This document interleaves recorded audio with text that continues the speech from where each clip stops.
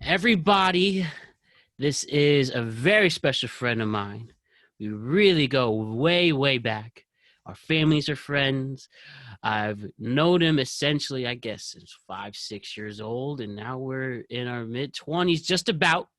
But this guy is someone I really, really, really am a big fan of, and he deserves, honestly, everything that he gets. But everybody, we're so lucky because we have Thomas Arduino on the program today. Thomas, how are you? What's up, Matt? Thanks for having me. Oh, trust me, it is an absolute pleasure in every sense of the word. So, first things first, Thomas. 2020 is about to be over, luckily. Um, can I ask you, how have things been amongst this crazy time we're in? Yeah, it has been a crazy year. I mean, things have been good. I've had a lot of 2020. It's provided a lot of free time for me. So I've had a lot of time to, work on myself and figure out some things, like side projects, really just relax and work on things that I want to I show interest in outside of like school and work and stuff like that. So it's been good in those terms outside of, all the pandemic stuff. Right, right. I like a more humbling, uplifting answer with that. Yeah. So you It, mentioned, it you were saying? yeah, no, a thing that come out of the pandemic and everything, there's been a little bit of a silver lining with, just people being able to find time to do their own things. And it's been kind of for some people, myself included, I feel like it's been a reset in Yeah. a way. Obviously it's not where we want to be, but I think it's definitely woke a lot of people up and has brought in a new perspective. When things eventually do get better, we'll be more appreciative of the things that we have and the freedoms and all that. Couldn't agree with you more, Thomas, with the especially the reset button. And I find that really came with me too. I mean, going with this endeavor with the podcast and really getting back into shape that I don't think I would have gotten into the time once if I was working, and also discovering a lot of new things. So I won't say this year was a blessing in disguise because it really has been stressful on a lot of people, but I will say for what it is, I do appreciate that it was productive amongst it. And I guess Yeah, that's why we have a show called Productive Conversations, because we just want to be getting closer to some kind of goal, you know? for sure. Yeah. You can always, no matter the situation, I feel like you can always find some positive out of it. Easily. Um, And that's up to us to decide to do it. And most of the time, it's good when you exactly. do. Exactly. And so you mentioned that you're doing some side projects. You want to get into what you were going on? If there's nothing too top secret, what's going on? What are these side projects you've been doing? And I know you have experience in the podcasting field yourself. So, what you been cooking up?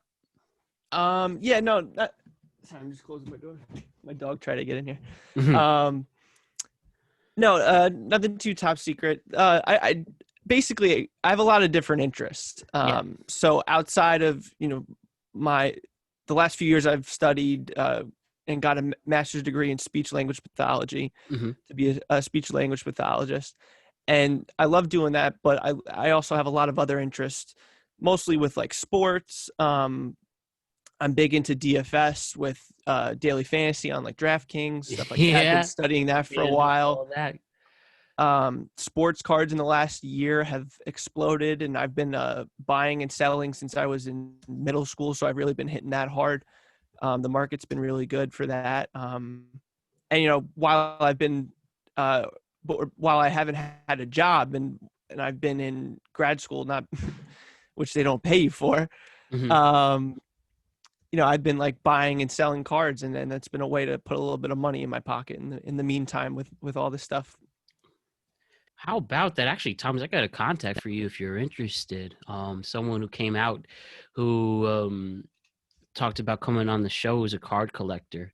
We Oh got yeah, for sure. together, so I got to put you guys together. He's a cool guy. I Yeah, hope to or maybe talk to him again. we could do an episode together on the podcast or something. That'd be Oh, fun. please, please, yeah, man. He doesn't have time until January. That's when we're gonna have our first talk with. I'm Yeah, gonna let me have know. to talk, but that actually is a great way to go. Can you tell me some of your more valuable cards you've had? Because I used to be like you. I love baseball cards, but that I haven't really bought any since probably freshman year of high school. But I still have it. I know exactly where it is, and I have some gems. For instance, I have my grandpa before he passed away. He gave me a bunch of classic cards. He gave me a Barry Bonds second year. He gave me a um Ken Griffey second year, Ken Griffey Jr., and he gave me a Derek Jeter third year. So top of Yeah, my head, so got some nice gems from that sense. Who are your that's some of cool. your real valuable cards? Yeah, so I have a few cards that are And these are obviously you're not selling these ones, I'm sure. Or yeah, I don't well, know. I Everyone has a mean, price, right? yeah, everybody's got a price for sure. No, but there's definitely a card that I probably wouldn't sell for a few reasons. The biggest reason is my grandfather gave it to me. Yeah. So I have actually I have a few of them from this set, but I have a 1952 Bowman Mickey Mantle rookie Oh card. my. It's not in great shape, so it's wouldn't fetch like top dollar prices. Hmm. Um, but it's just a cool card. Yeah, and it's an original one, I sure too. Oh yeah, absolutely. And the Mickey Mantle rookie card, the Topps rookie card is like one of the most historic, famous baseball cards, in existence. This isn't that card, but it's the same year or the year before. I think it might be the year before, but it's still one of the most valuable Mickey Mantle cards in existence. Hmm. Um, so yeah, that's a special card, that I have, especially, like the connection with my grandfather Right. who, he passed away a year ago. So it's a nice memory to have from him. And So honestly, sorry to hear that, man. yeah, yeah, He was a thanks, man. great man. Yeah, Seriously. he was. He really Oh was. man, yeah. Whether it was being a ref at the being the one spectator at street hockey events, or just the coolest to be Yeah. around in the little leagues. Oh man, grandfather was the man. But Yeah, he lived for that stuff. And he's also a big reason, honestly, how I got into sports cards. So yeah, so, and that's so the I love same that thing. card for that reason. And that's the same thing with my Barry Bonds second year and Ken Griffey's second year, especially, is that yeah, they got that connection with their grandfather. So those probably will never go anywhere out of my sight. So I know exactly where you're coming from with that. Yeah, absolutely. And but yeah, baseball cards I have seen that I really did not think about my traded cards until I met this guy who reached out to me regarding the show. Yeah. And I was like, wow, this, and I went found, I know exactly where they are in my garage, and reminiscing about that. It's like, wow, I guess there really is a market for these, and these cards I have are 10 years old. And I remember in '09 or '10, I bought like that classic Topps get every player Like the complete set. the complete set. Yeah. So I'm thinking like, who are rookie cards that I inadvertently have that I didn't? I think like Mike Trout first season was '09, so I think I have a Mike Trout rookie card, but I don't know the condition now because he's been high in that. But Yeah. I was like, man, these might come in handy a little later down the line. Yeah. The I know the Trout rookie, it's a 2011 Tops. So if you have any 2011, it's a Tops update series. That's Okay. the brand that it was in. So if you have any from that series, check it out. Oh, Um especially I in these actually times. I actually have a pretty cool story about the Trout rookie. So Please tell me. when I was super into cards, middle school, high school, a little bit into college, but life gets busy, For sure. stuff happens. So kind of got out of it when I was in college. Also, money's a factor when you're a broke Right. college kid. Hmm. It was really hitting it hard in high school. And so I would often just go on eBay during like study hall Right. in high school a lot of the time. So actually in one study hall period, I bought 2 Trout rookies for $30 a piece in 2011. Oh boy. I You had a sold good one of feeling? them a few months ago and then sent the other one to get graded, which increases the Mhm. value of the card. Yep. But it's just been like a great investment over that period of time. Wound up selling one of the Trouts for $900. So that was a Shit. nice return on investment there. That's insane. Wow. Is it the most expensive card you're able to sell? Up until this point, yeah, that was the most expensive. That's incredible. Wow. Yeah, Look at that. Yeah, I'm impressed. Congratulations on that. thank you, thank Do you know any of the top of your head? You might have anything in your collection that is of value that we haven't mentioned already? you. I have a few Kyler Murray rookie cards that I've bought and graded, which those are worth about like 500 a piece right now. Already, huh? How about that? Um, Trying to think what else. I want to say like 15 to 20 Jeter rookies, No way. something All like right. that. Yeah, I stocked up on a few of his a few years ago because I knew he was going to wind up being in the Hall. And might Yeah. try to sell a few of those, when he gets inducted this year. And Hmm. um, also got to check up on the conditions of them and see if I could send them in to get graded potentially. Yeah. If now, is it better to have the cards and wait it out for years to come so where the value can increase, like that Murray card, or is it better to try to get it, at the time? Like if Kyler Murray winds up having a Hall of Fame career himself, are you gonna like be look at aggravated, man, I shouldn't have sold it already, or Yeah. you I mean obviously situations are different for everyone, but are Oh, you gonna situations hold are on always to that? different. Um, Is it and worth there's holding on to that, I should say? taking profit is never a bad thing. Mhm. So having that mindset with it, it helps. You're like, oh, I sold him at 1,000. Now he's at 2,000. But if you're taking that money that you sold, that 1,000 that you sold it for, and you're putting it to other cards and other investments, it's like the law of like compounding interest. Yep. If you're making good investments, it's good over time as long as you're making profit. But in terms of like prospecting and stuff, it's very risky. I mean, like a lot of people have invested in Baker Mayfield and Darnold, and it was really good. I think I'm a believer in Darnold, but Baker I think is not a good play. Yeah, But Darnold will get a renaissance on another team, like maybe I the think Bears. so. I Bears, think so. if if they keep on their way, or I see him going to the Steelers, even though obviously they can't lose, but Big Ben can't be there forever, so that's where I Yeah, think I he'd think I get think if he lands in Pittsburgh, I think that's a dream scenario for him. got I his. think he's a good quarterback. I think the Jets have just mistreated him awfully. Oh yeah, and he's got Juju, his old teammate from USC too. That's So right. Yep.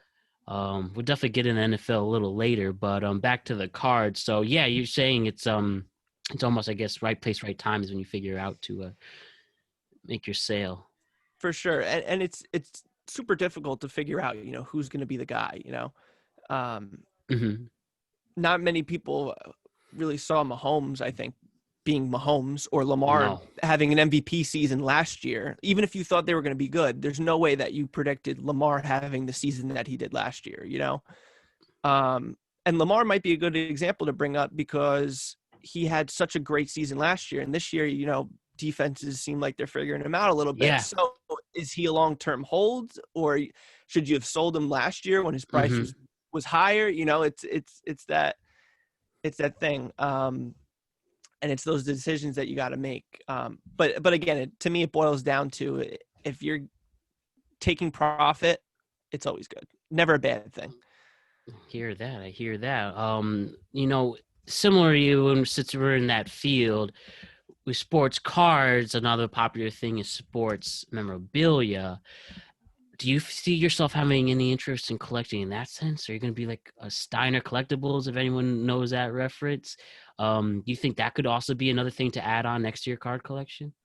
For sure. Probably more so for personal collecting instead of I hear you. buying and selling. And like that arbitrage of it, or flipping. But yeah, for sure. Memorabilia is interesting, and Oh yeah, I love um, memorabilia, whether it's yeah, that or it's pop cool. culture ones, and that's Not something I not want to do. quite at that level yet though, because memorabilia, it's a lot of it's super pricey. If you want Yeah. like something legit, it's at least a few grand or something like that.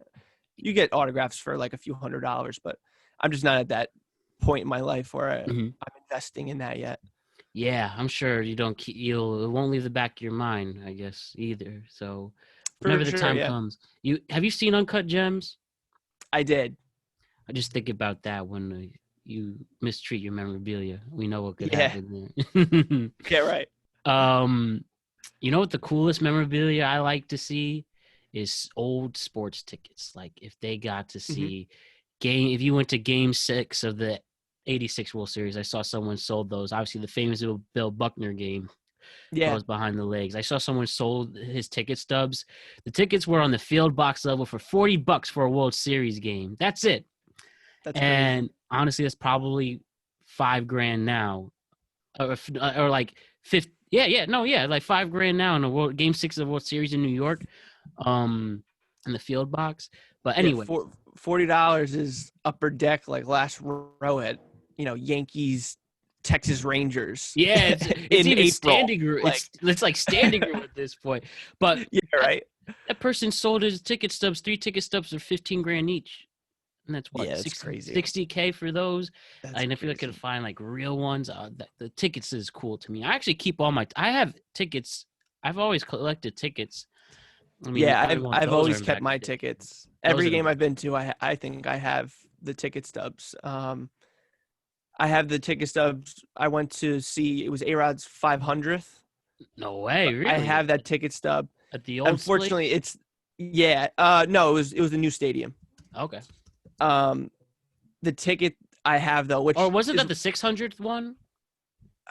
I think it was 500th. 500th, he hit the dead center into Monument Park off the Blue Okay. Jays. I think, right? Because that's the one I was at. I think it was the 500th. I thought it was the 600th because I remember the 500th at the old stadium against Kansas City that barely made the foul Was pole. It's one of I the might be mixing it up. I know it was against the Blue Jays to dead center. and it was a significant home run, obviously, a big milestone. Oh yeah, so that was cool. The ticket that I have of it though was like printed from Oh, old online. school. So like Ticketmaster. Yeah. that's kind of annoying. That's one of the things with like, technology and advances in it that I kind of don't like, because I liked Hmm. having those, like the thick paper Of course. cardboard tickets. So those were cool. But back to, my grandfather and things that he gave me. His father actually was at Don Larson's perfect game No in the World way. Series. So I That's have that ticket insane. stub from that game, How much is that which ticket? is really cool. I don't remember I don't remember the exact amount, but I think it was like $1, like at the Shit, most. man. Now that's Like, that's a story.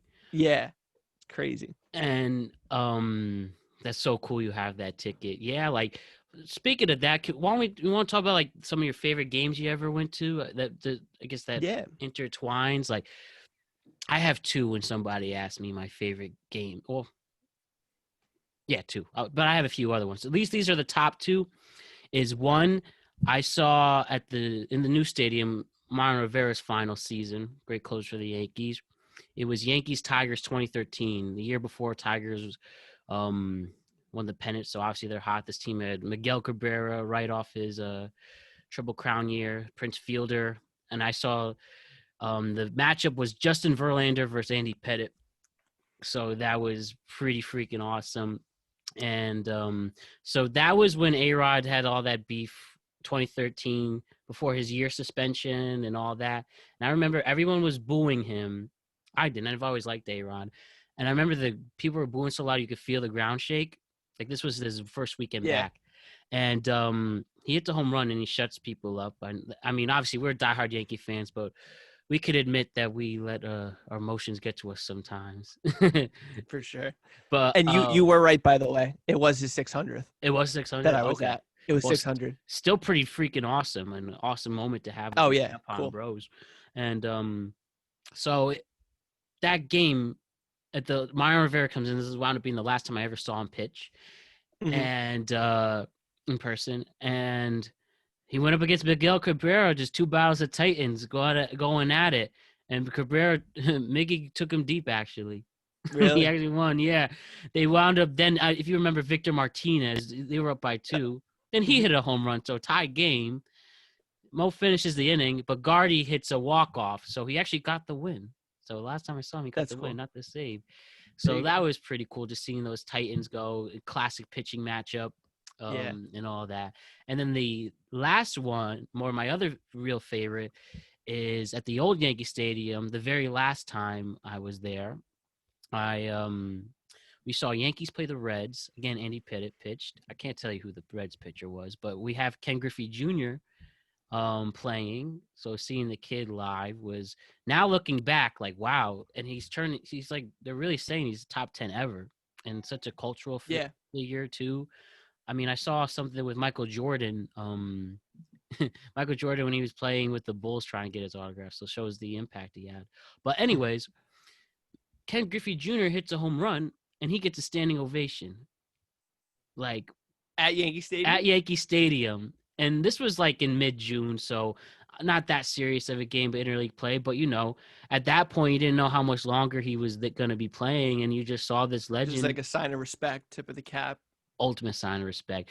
And Yeah. my dad has this pic of him going around the bases, and, he has to go past Jeter playing at short, so that's a nice little two icons right there. So Yeah, that's cool. that was sweet. And the Yankees did wind up winning, and Mo got the save with that. So those are my two favorites that come to mind. And I was also at so far I've been at the last Yankee game with people. I went to ALCS Game 5. Oh, really? Yeah, I went Wow. there, and I that's my only playoff game, my first and only playoff game so far. And Verlander pitched, if you remember. Verlander versus Paxton. Yep. And that was just an incredible game. DJ LeMahieu hits the home run to tie. They gave up a unearned run for Gary Sanchez ball.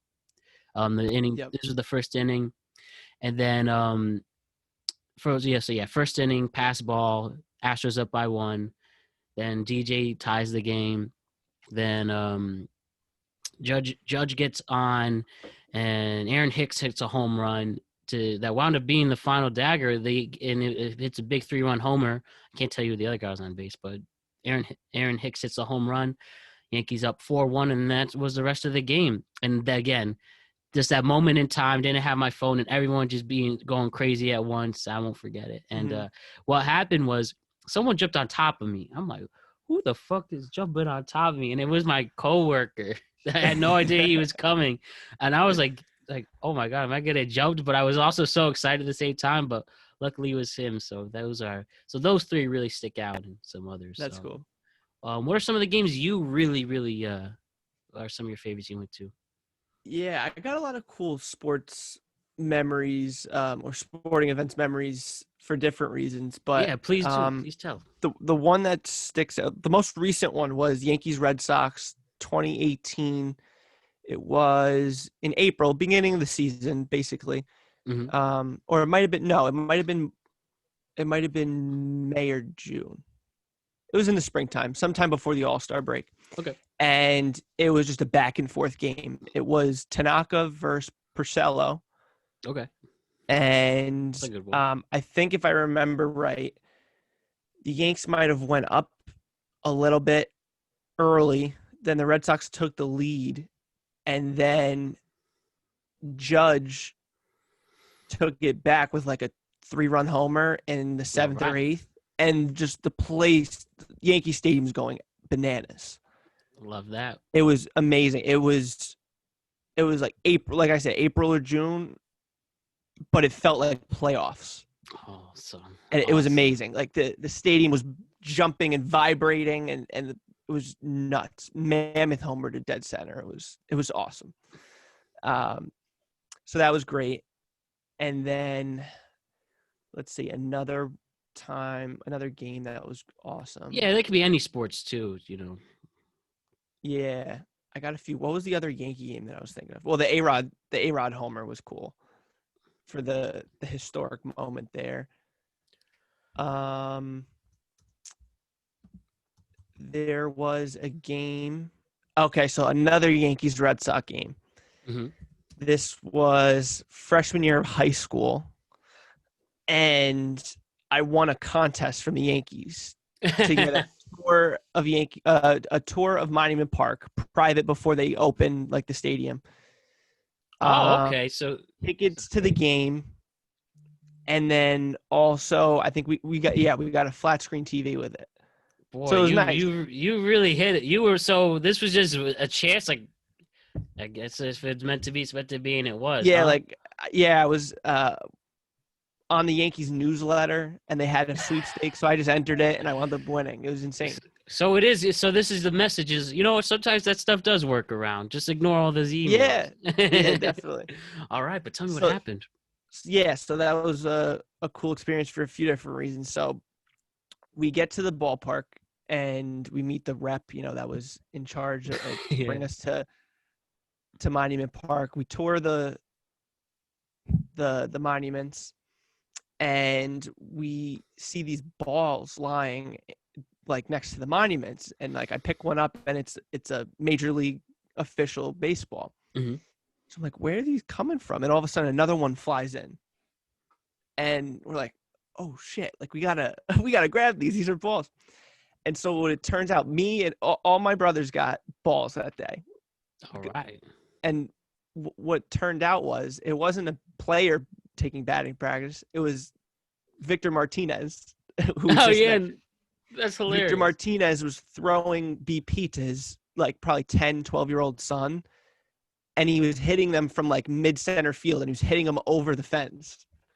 So No probably way. like a homer on a real little league field, and he cranking them out. And we were like, come on, keep it coming, keep it coming. And we were like trying to catch him, Be on the which was lookout for his son. that was cool. Um, and then so we get our tickets, and we find out that they put us in like the Jim Beam suite, I think they called it, but All right. it wasn't the suites though. It was like the bar up in the upper deck. So So like in center field, right, where they have all the foods and like, is I that the think area? I think it was upper deck on the left field side. Oh, okay. So by the If I bleachers and stuff like remember, yeah, but it sucked because the only way we could watch the game was through the TVs. There was no like visual to the field, so we were like, that. screw Interesting. this. So we started walking around, and I think we wound up sneaking into the bleachers, Yeah. and that was an experience. Yankees, Red Sox with the bleacher creatures, and there was a good amount of Boston fans in the Oh, bleachers. I love that environment. The back and forth was insane. So there was a group of Yankee fans, probably Jersey, Hmm. or Staten Island, and then like heavy Boston accent Boston Red Sox fans, and they were just going at it. The Boston guy was yelling at the Yankee fan, who was a girl, and he's like, you Boston see that sucks. touchdown, sweetheart? Like she doesn't know what the game she's watching. And then he was calling her Snooky the whole game. Like, sit down, Snooky. Like all the Shut back the and forth. fuck And up. it got so crazy, because by the time, you're hitting the seventh inning, everybody was drinking a lot. They were Yep. definitely feeling it, buzzed. By the end of the game, we were the only people left in our section. Everyone else got kicked out. Oh, no way. Everybody there. I don't remember there being any like physical fights. Yep. I think there was like almost to the brink of a physical fight, You want to go? but it was yeah, exactly. It was just a lot of like verbal back and forth, and I think somebody threw like a drink at someone, and that's what got most of the people kicked out. But Oh, yeah, those war games, especially Yankees, Red Sox. I mean, and the bleacher creatures. Those are. I actually try my best to get as close as you could get to the bleacher creatures. Like I know they have a specific section, like 213 or something. But yeah, sometimes they're harder to get than others. But it's just always a great vibe. And I once took my buddy who works at ESPN now. He's a hardcore Red Sox fan, and I'm obviously a Yankee fan. And he went. We made a deal. I'll go if you go to Yankee Stadium with your gear. I'll do it for your Red Sox, and we're still waiting for COVID. I still have to put up my end of the deal, only yeah, because of COVID. I haven't done it yet, so I will do that. In fact, but he goes up, and he was a trooper for it. Now, when we went, this was back in 2015. We went. Yankees were okay. I know they won the wild card or made to the wild card that year, but better than the few years prior. But the Red Sox were awful, so people would give him shit, and we sat in the bleachers, just the other opposite end by the bleacher creatures. Now, if it was a tighter race, like this was pre-Judge before he came by. This is pre-Judge Gary, all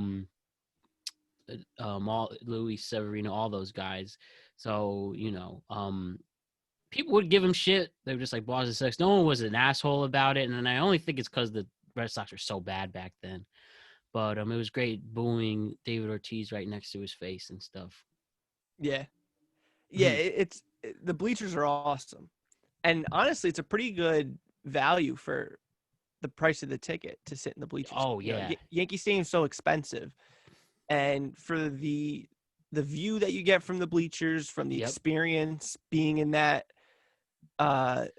crazy section and being a part of that, I feel like it's definitely one of the top areas I would recommend for buying tickets to Yankee Easily. Stadium. And sometimes people could hit it over there.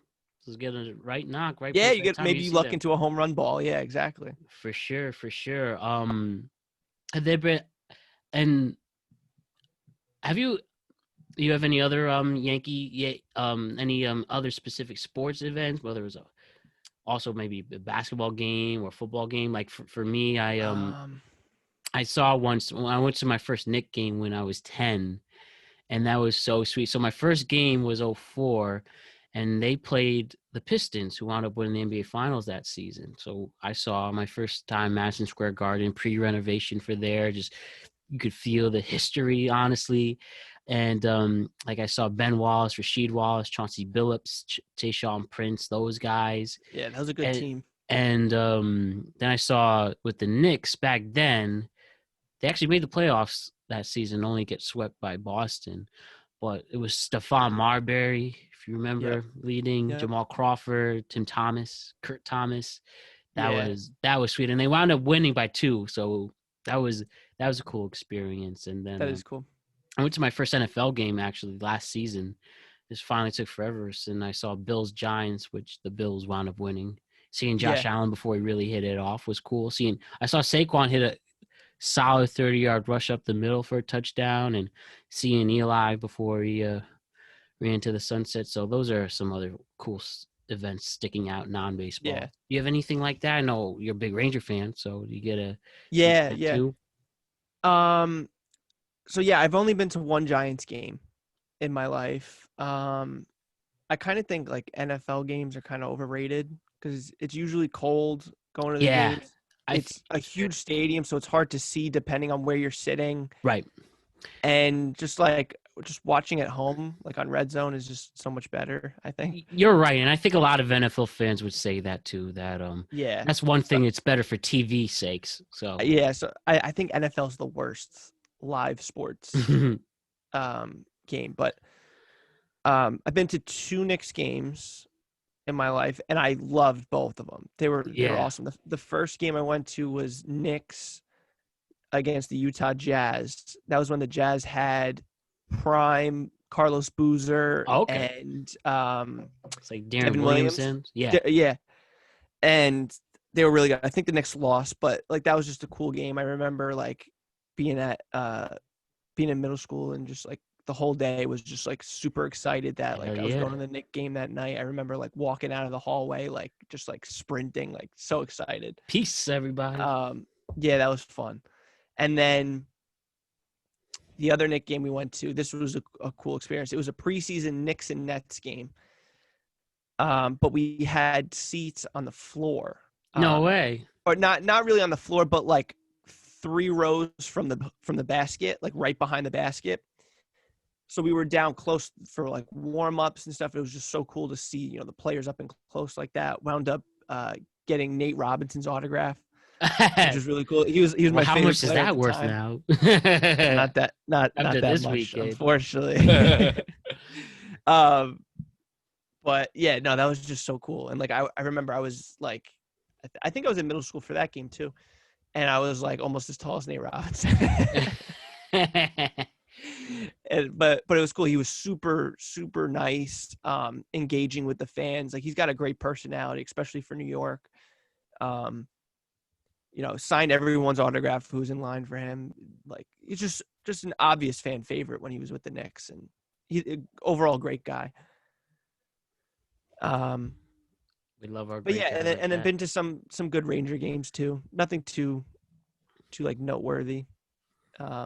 Just a lot of fun. Dying to see some playoff hockey at MSG. Oh yes, I'd love to go to a live game. and they're on a rebuilding phase now. It could be. Hey, they made the bubble. I know Yeah. I know they had a brief stay, but now with the new Panarin era could start Yep. with Yeah. No. Shevechkin too. So Definitely a bright future. right, Drafted Lafreniere first overall, who's supposed to be up next there Sidney with like, Crosby, right? yeah, they're talking him with like that level of prospects. So it's interesting. Drafted Kako the year before, who I think is going to have a very good year coming up, Hmm. if they play. Hopefully they do. Please, And please, please. yeah, just Great overall stuff. a lot to be excited about as a Ranger fan. Definitely. Now, one thing I want to ask about with the Yankees, because we're sticking into that and people with bright futures, and I think um, this is something great coming up. So, Yankees, we know what happened this past October, the last two Octobers, Hmm. season losing home runs, back to back years. I think now it's fair to say, year before we made it, tough loss against the division against the Red Sox in the division series. Then the year before by the cheating Astros. We've had some experience now. We've gotten some years down, and I think it's time now where we can say as Yankee fans, all right, we need to produce. We need to at least win the pennant. This has been an era of tough losses. I think that's long overdue. Yeah, I think if you think about it with the contracts, like their window is kind of tightening because you're Yeah. going to have to pay Judge coming up pretty soon. Yep. Glaber, Sevy, all these guys are going to be getting off their rookie contracts, so they got to win soon. The time is clearly now. Yeah. So, with all this, Thomas, what Yes. direction do the Yankees need to go to finally get over the hump? Um, what do we do? First of all, I want to hear the grand sphere of things before I have a few more Sure. questions with that. So, what do we have to do, Thomas? What do we have to do? There's well, to me, there's two options, right? You sign another bat, whether that's keeping LeMahieu, That's a must, man. getting That's a Lindor must. or whatever. I don't know how feasible all of this is, but I definitely think if we do not sign LeMahieu, you got to go after Lindor and then move Torres to second. To me, I'm not in love with Torres at shortstop. No, I think no, he can't like do it. especially with seeing what Didi did at short, I don't I love Torres's bat. I just don't love his glove at short. I think he's a very good second baseman and a below average shortstop. Um, but I mean, I'd love to see the Yankees sign Trevor Bauer. Trevor Bauer. So you're thinking the pitching route's the way to go with I, this I offseason. I think so. I think the lineup is pretty solid the way it is, especially if we keep DJ. Um, I just think with pitching, we can't rely on Sevy coming back and staying healthy or being healthy. Mm-hmm. I mean, he's huge. And also Paxton's a free agent, isn't he? Yes, he is.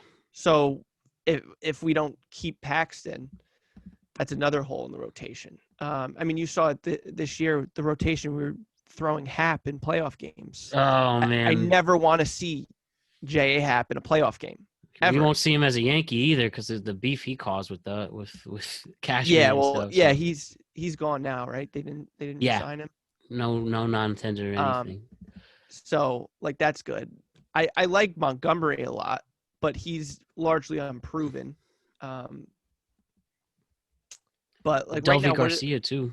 You see what he's Devi? about. Yep. Devi, yeah. Um, so right now the rotation is Cole, Tanaka, and then Sevy. You could say like Yeah, when he's those are the healthy, three you can trust, or three that you could right? trust may have a rotation spot.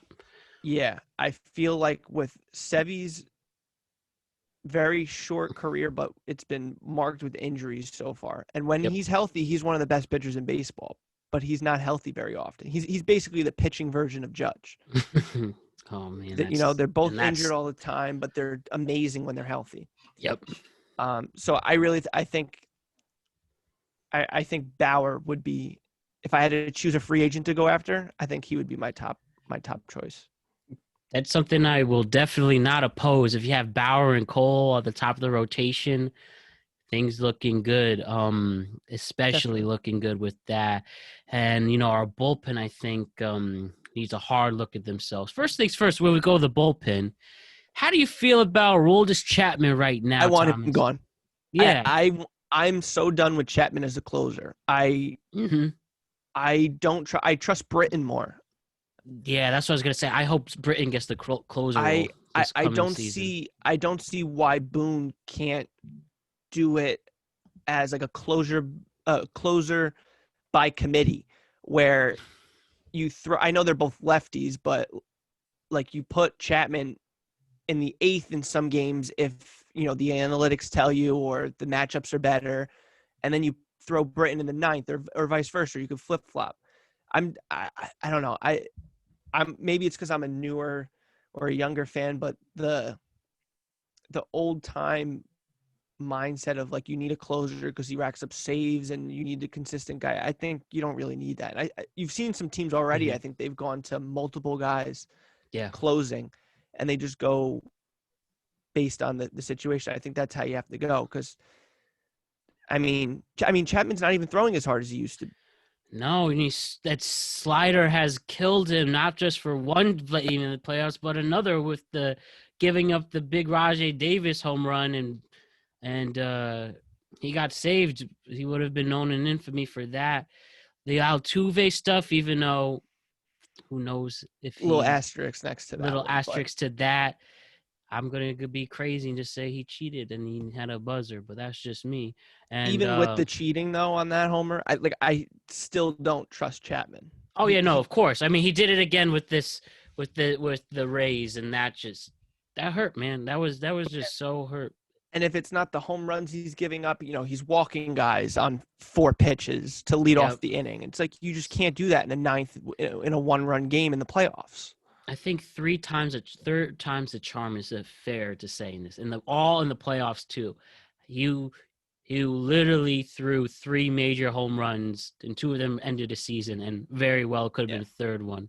So he's got to go. I hope Britain's the guy they do if they're going to do a closer by committee. I know Canley's not coming back, so if we're sticking old school closer, I want Britain. Obviously, he proved he could do it in Baltimore. He was probably the only honestly good reliever this season from start to finish. Yeah. And I thought Ottavino could have done it, but I think he just had a down year. So maybe you can Yeah. I trust like him. Ottavino. I think he's really good.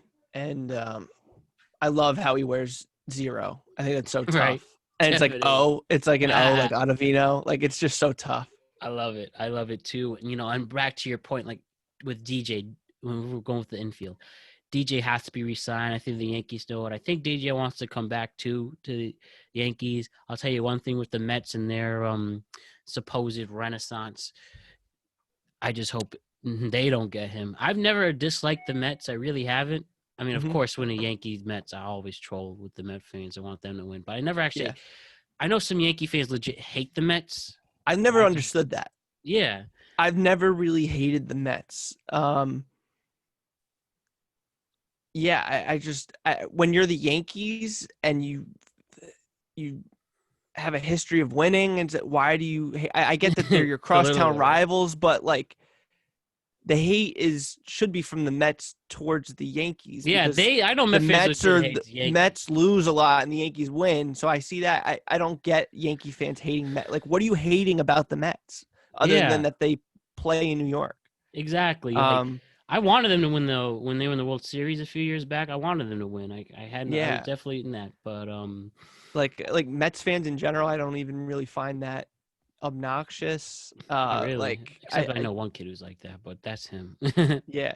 The one thing about Mets fans though is I do think that they get a little delusional at times. Like I feel like every year, even when they're garbage, they're like, all right, this is the year we just need like Syndergaard to hmm be, Cy Young. And it's like, well, Syndergaard's not going to be Cy Young. Definitely not. Like, and that's not like, that's just an example. It's not literally what people say, but they just have those like Oh, especially with the Steve Cohen delusional. stuff. Yeah, He's the I messiah mean, right now to them. yeah. It's kind of Now with Steve hilarious. Cohen in the picture, it's more realistic. But even then, it's like they think that just having money is going to win championships, and it obviously doesn't. The Yankees haven't won since 2009. Nope. I So think like, the great, you have the clear money to example. spend, but you could also spend really poorly, or have those guys that you get and they just don't pan out, or you give them so much money that you can't buy other guys. It just having the money is step one. You got to spend it smartly, or in a smart way. So we'll see. But definitely, if you're a Mets fan, a lot to be excited about. No, good for them. Just don't beat us and don't take DJ LeMahieu, because then I will legitimately hate the Mets. And one thing too, with other things. One, Luke Voigt. Do you think they should go? He should go or no? I honestly I say I love yes. Luke Voigt. You Really, think he should go? I think he's worth the trade bait to get someone else. Only because we're so right-handed heavy, like very right-handed heavy, that it. I think that was one of our issues. I would not. Now, I don't dislike Luke Voigt. I think he's a great player too. But if the right player comes in a trade and a lefty, like a Francisco Lindor, if they want to trade him to Cleveland for that, Yeah. I wouldn't be sad. But I'd like to hear your side of it too. What is his contract like right now? Is he a free agent, Luke or Voigt, is he a free agent next year? I think Luke Voigt is a free agent Because next year. that plays into it. So there's a few questions you have to ask yourself, right? To me, the first one is, when is his contract up, and do you plan on re-signing him? Because if that's a no, then you're definitely trying to trade him. Right. Also, like, what is his contract? If you do Actually, he re-sign him, what would actually, that look like? if you don't mind me, just Go ahead. interject. He actually has a contract up until he has 3 years of arbitration, and then he becomes a free agent in 2025. So he actually does have a good amount of time left, Gotcha. according to this. So you don't have to trade him because you have him under contract for that time. Right. Um, but then again, if you trade him and he's got 3 years still on the contract, it's even more valuable because the team will have him for 3 years guaranteed, instead of, a loan for like a playoff push, and then he's gone, and you gave up, Lindor for that, for Hmm. one season of Luke Voigt. That's true Um, too. I think Fair for point. the Yankees, the other question you have to ask yourself is, do you think that Ford can be the everyday first baseman, or That I don't think. So. or No, LeMahieu? We've seen LeMahieu play first. DJ, yes, not Mike Ford. He was I th- I terrible think this year. I think DJ at first is fine. But then who's going to be your second baseman? Tyler Wade? I Well, don't want that's that. that's where the possible trade comes in. I thought maybe because actually Didi Gregorius is going to be a free agent. I wouldn't mind. I think he'd be cool to have him come back and put Glaber in the second position again, so we have a Gotcha. little reunion from 2019. Um, I think that is worth investing. And again, like I said, it's not that I dislike Luke Voigt. I do think he's an awesome player, and especially he's the major reason why we did so well this year. I'm just saying that if they wound up trading him, I would understand the sacrifice. I gotcha. And that's a good point, because if you're going to be giving up Voigt, you're going to be getting someone like Lindor in return. So, like, the infield, say we got Lindor for Voigt, the infield would be Gio at third, Mhm. Lindor short, Torres at second, and then first would be Ford, or, like, depending on like LeMahieu situation, I guess LeMahieu would be at first if we sign him. So that's not awful. Um, I feel like keeping Void is the best option moving forward. I can I understand think and maybe fair points with that. even, like, I don't know. I don't know how valuable of a trade piece he actually is, or if people actually would want him in I mean, obviously he led the league in homers, so he would take some value, but If only he was a switch hitter. And yeah, right. I'm just not sure if teams would want Voight and prospects, or if they would just want prospects. That's my thing. So the only thing with Void is his fielding is not that good. So it's the best Yeah. just about with that risk of it. But I guess only time will tell. And but I want to say this: we clearly have an opening in left field. Yes. So I know it's quite. What do we do about the left field position? Now, here's what two guys I think the Yankees should consider going after. And it was reported that there's one player the Yankees are interested in. Hmm. I really would love them to see Michael Brantley. If they could pick him up, he's left fielder, bats left, solid contact hitter. A lot of success with the Indians. Went to a World Series with them. Went to a World Series with Houston. Maybe third time's a charm. I think that he could really benefit in our lineup, and he's a really good fielder. If you remember him throwing out Judge on that double play, Game 6 of the ALCS last year, I think that would be the guy to go after. How do you feel about Michael Brantley being a Yankee? I like that. I think that's a would be a good signing. I think that's a really good take.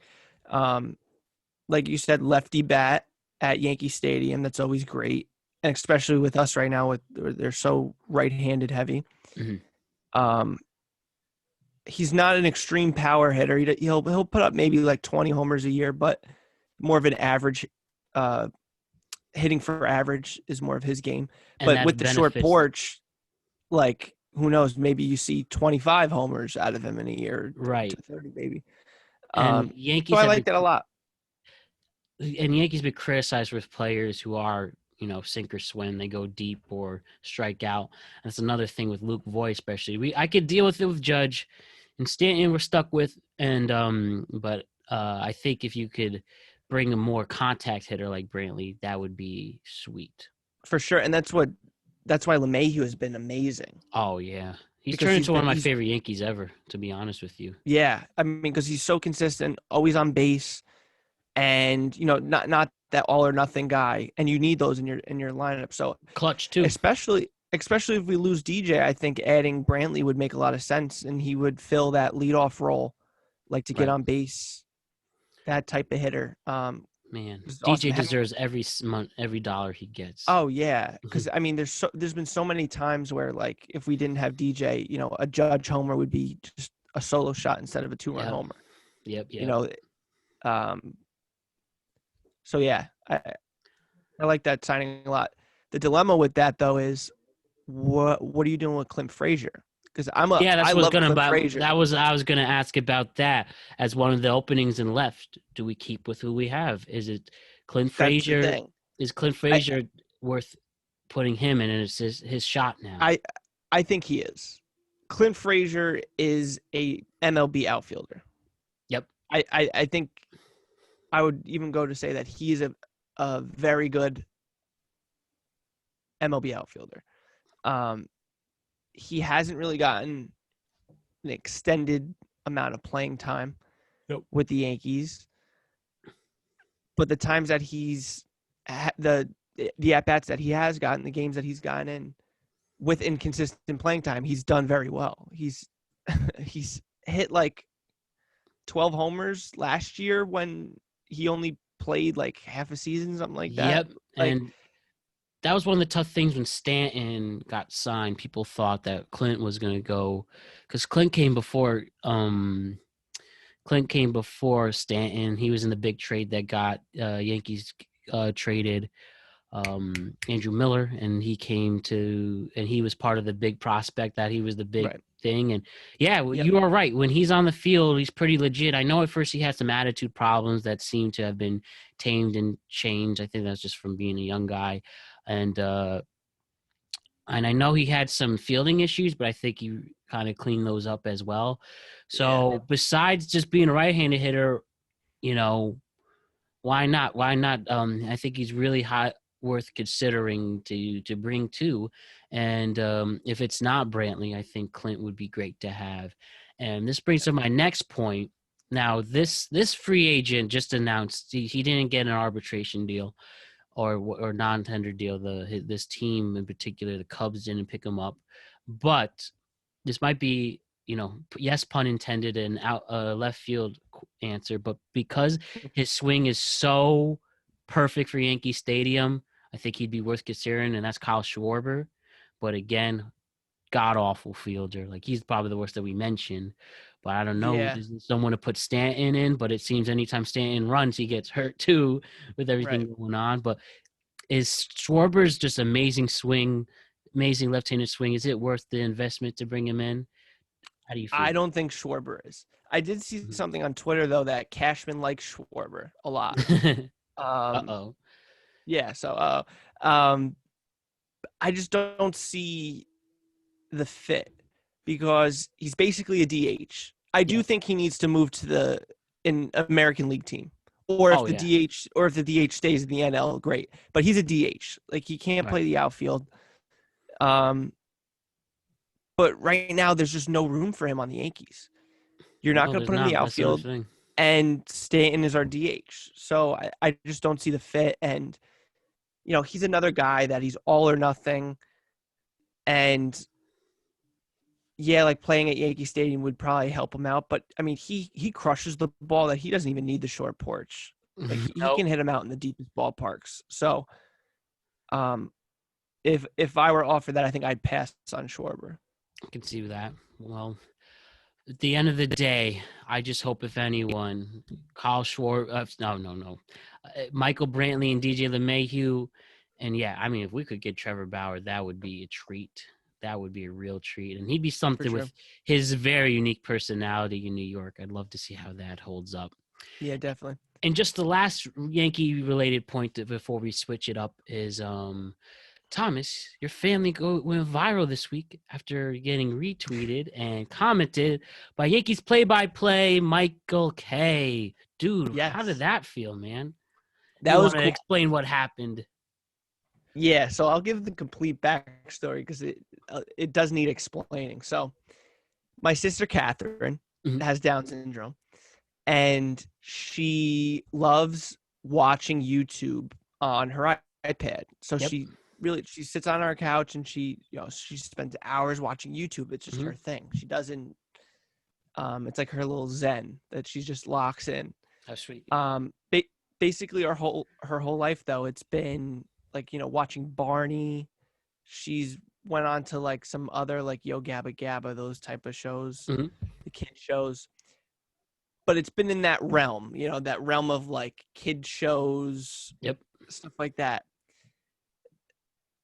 A few weeks ago, all of that went to the wayside for the Michael K show, which is the most bizarre transition you can imagine. Right. It's largely because my dad is working from home and he watches the Michael K show while he's in the background while he's working. And Catherine will be around and she sees it. And I think what hooked her was the infamous, hysterical Don LaGreca Ed Kranepool rant Of course. about the Mets, Yep. which is all time. It's I laugh hysterically every time I see it. Ed Campbell's a great Met. It's a shame Ed, people forget him. yeah. Um, and so she's I think found like how animated he was. She found it hysterical, and then a few days later, after like we were watching that, we walked down the stairs and we're like, holy shit, she's watching the Michael K show on her iPad. And no one put it on there for her. And she has a difficulty of navigating the iPad. Like a lot of the times we have to like search stuff for her and play the videos for her and stuff. Yep. But I don't know if it was a suggested video or what, but she found it herself and was watching it, and she continues to watch it every single day now. It's hilarious. And Mhm. she laughs so hard to all these. So I was the other day I was just like, I gotta send this to the Michael K show and just see Hell like yeah. what they've been doing. And just for like us and our family, it was just hilarious. Of And I was like, course. I'm gonna send this out to Michael K. Like they'll love it. It's great for their show, and just to see that like they're connecting with people, especially an audience that they definitely probably will never think that they would connect with. Right. Female Down syndrome Mhm. girl, like who's 20 years old. Like that's definitely not their demo. Mhm. So I thought it would be cool for them Mhm. to, know that they have other listeners out there that, don't look like, 40-year-old white male that they Right. typically probably target to. And yeah, it was just awesome. It was awesome that Michael K responded, and it was such a genuine response by him. Yeah, that it was. I saw that. Um, That was so cool. so it was just great, all around. And Rosenberg responded too, and was like, "Hey, like the tweet." So it was No cool. way. That's so beautiful, man. And I hope one day you guys wound up in the same spot, especially once we have fans back, you know? Definitely, yeah. It'd be great to one day run into Michael K and tell him Y- about it. Hopefully, Catherine can meet him and stuff. For sure. I actually, you know, his show Center Stage on Yes Network. Yep. I've actually been to a couple of those tapings, and I Oh, saw really? him. Yeah, I said, "What's up?" He was I know he's really tall. I think he's like six Yeah, four, 6'5". he is. He's got a Yep. big head. Not that there's Big anything ass wrong with head. that. I got a big head too, but damn, like that's what I took. I was like, bro, this guy's humongous. But Yeah, he hey, is tall. he's great at what he does. I gotta be honest with you though, I'm more of a WFAN guy. That's where I go with the sports Yep. radio. I I do. love I like both. Yeah, they're y- both great. Yeah, I do go back in there. You like Carton and Roberts so far? First couple weeks? Have you been listening? I haven't really listened to that much, but I loved the Evan and Joe and Evan? Joan Evans show. Hell Love yeah. that show. Um, when Boomer and Carton was on, that was a great show Of too. So course. I think that show's gonna work out really well. Oh man, I'm loving Carton and Roberts a lot. I didn't expect how much I would like it. I thought they would do well with. I know people were skeptic because they're completely different, but I was like, well, Mike and the Mad Dog were completely different, and look what they did. And Yep. it's just so great. It's a nice mixture of sports and pop culture and random stuff, and it's good to Yep. see a nice comeback story for Craig Carton. We're happy to see him. Yeah, definitely. Oh Definitely. Did you man, watch the documentary? the HBO one I did. Yeah, I was. Pretty good. I did. It made you really feel for him, and I think it was Yeah. a very honest portrayal, especially gambling addictions and stuff. And Yeah. so, Crazy life, like what he was yeah, doing, I'm taping serious. and then going down to Atlantic Atlantic, City, yeah, that's a solid 2 hour drive exhausted. from New York Yeah, City. like insane, the double life. Um, but yeah, it definitely seemed remorseful, and I honestly feel like he probably knew what he was doing, but he got pinched for spending money that was loaned to him for the purchasing of tickets, Yeah, but instead he used that for gambling. I feel like that was like, I mean, obviously it's fraud, but in a way, there's worse things in the world. well, yeah, You know what I mean? there's worse things, but also like I don't want to say he didn't know what he was doing, but like I don't know, it's just hard to explain, but Yeah, I get the um just where you're coming from. It's like, like I don't think he's a bad guy of is what I'm course, saying. I don't think he was deliberately trying to defraud people. I think and he hurt was people. this is what I was trying to say. He was basically just put himself in a very hard situation that he made a bad decision. I don't think he's a bad person because of it. Of That's course. what I was trying to get at. And that's why I think it's worth hearing to get this second chance. And um you know, I'm sure they could debate on with the justice system and stuff like that. But you're For right. sure. He's not a And he bad did his guy. time He did his and time. He learned his lesson, and I think he's doing a lot of benefits coming back to the fan and being honest about it, not being for shying sure. away. And he's helping a lot of listeners who've called in to say thanks, and definitely a lot of people And leave credit to with the that. fan for taking him back too. Yeah, seriously, Especially in this day and age, they could just be like, no, we don't want to deal with the potential backlash of people being like, oh, you're hiring a criminal or whatever. So credit to them. I mean, Carton did have a very big following, so it definitely benefits them by bringing oh him for back sure. too. But yeah, just happy that he's back and getting that second chance. Seriously, very, it's very inspiring in that sense, and I'm excited to see what he does. And one thing, he did not change a beat. I've been listening to every single show so far, and it's just the same. And it's a lot of fun with a different Evan dynamic. It really is night and day seeing those two Yeah, courses, and that's what makes great radio. So for sure. shouts to them. Shout out to them. One thing about football right now, right? Yep. We're both Giant fans. The Giants Yes, are sir. in first place We are. going into week 12 of the National Football League. Yep. Thomas, can the Giants do it? Can the Giants go? Yes, I get it. We're in a terrible division, but you know what? Every single troll who talks about the horrible division, if the things were turned around, whether it's my friend who's a Chiefs fan who literally texts me once a day to tell me how bad the Giants are, I was like, bro, if this was the AFC West, you would do the same thing. But how you And feeling, Tom? how long has your friend been a Chiefs fan, by the way? I got to Is he admit, a bandwagon? no, he's from Missouri. To be fair to Okay, him, I all met right. in He college, gets a so pass that. Just he's got to right. check. Oh, all the time. I mean, fair weather fans. How many new Brooklyn Net fans are we getting, Thomas? Jeez. Oh my God, yeah, right. But But I do believe in this team. Do I think they're going to win the Super Bowl? No, but I definitely think they're good enough to win this division that would and be help so with how sweet. bad it is. I honestly think they would give, depending on the matchup, I think they would give whatever playoff team they face a pretty good matchup. Yeah, They've been in every single game this year literally. by, I think, under a score, except for one, which was the 49er game. Yes, every game was 10 points or less. It was a 10-point 10 differential. points or less. Yep. Except the yes, we got a bad game against the Niners, but Yeah. I think a lot of these losses have been on the Giants taking bad penalties oh, or turning the ball over, which are all, or Evan Ingram not catching the ball. jeez, In the man, I Eagles feel game, about Evan pissed me Ingram. off. He's just such an enigma. I mean, I don't. He did well against the Bengals last week, but yet he kept. There were some more bad drops, and then we've seen drops turn into picks. And Yeah. you okay with him? You willing to ride it out, or what? I, in my opinion, I don't want to resign him. Nope.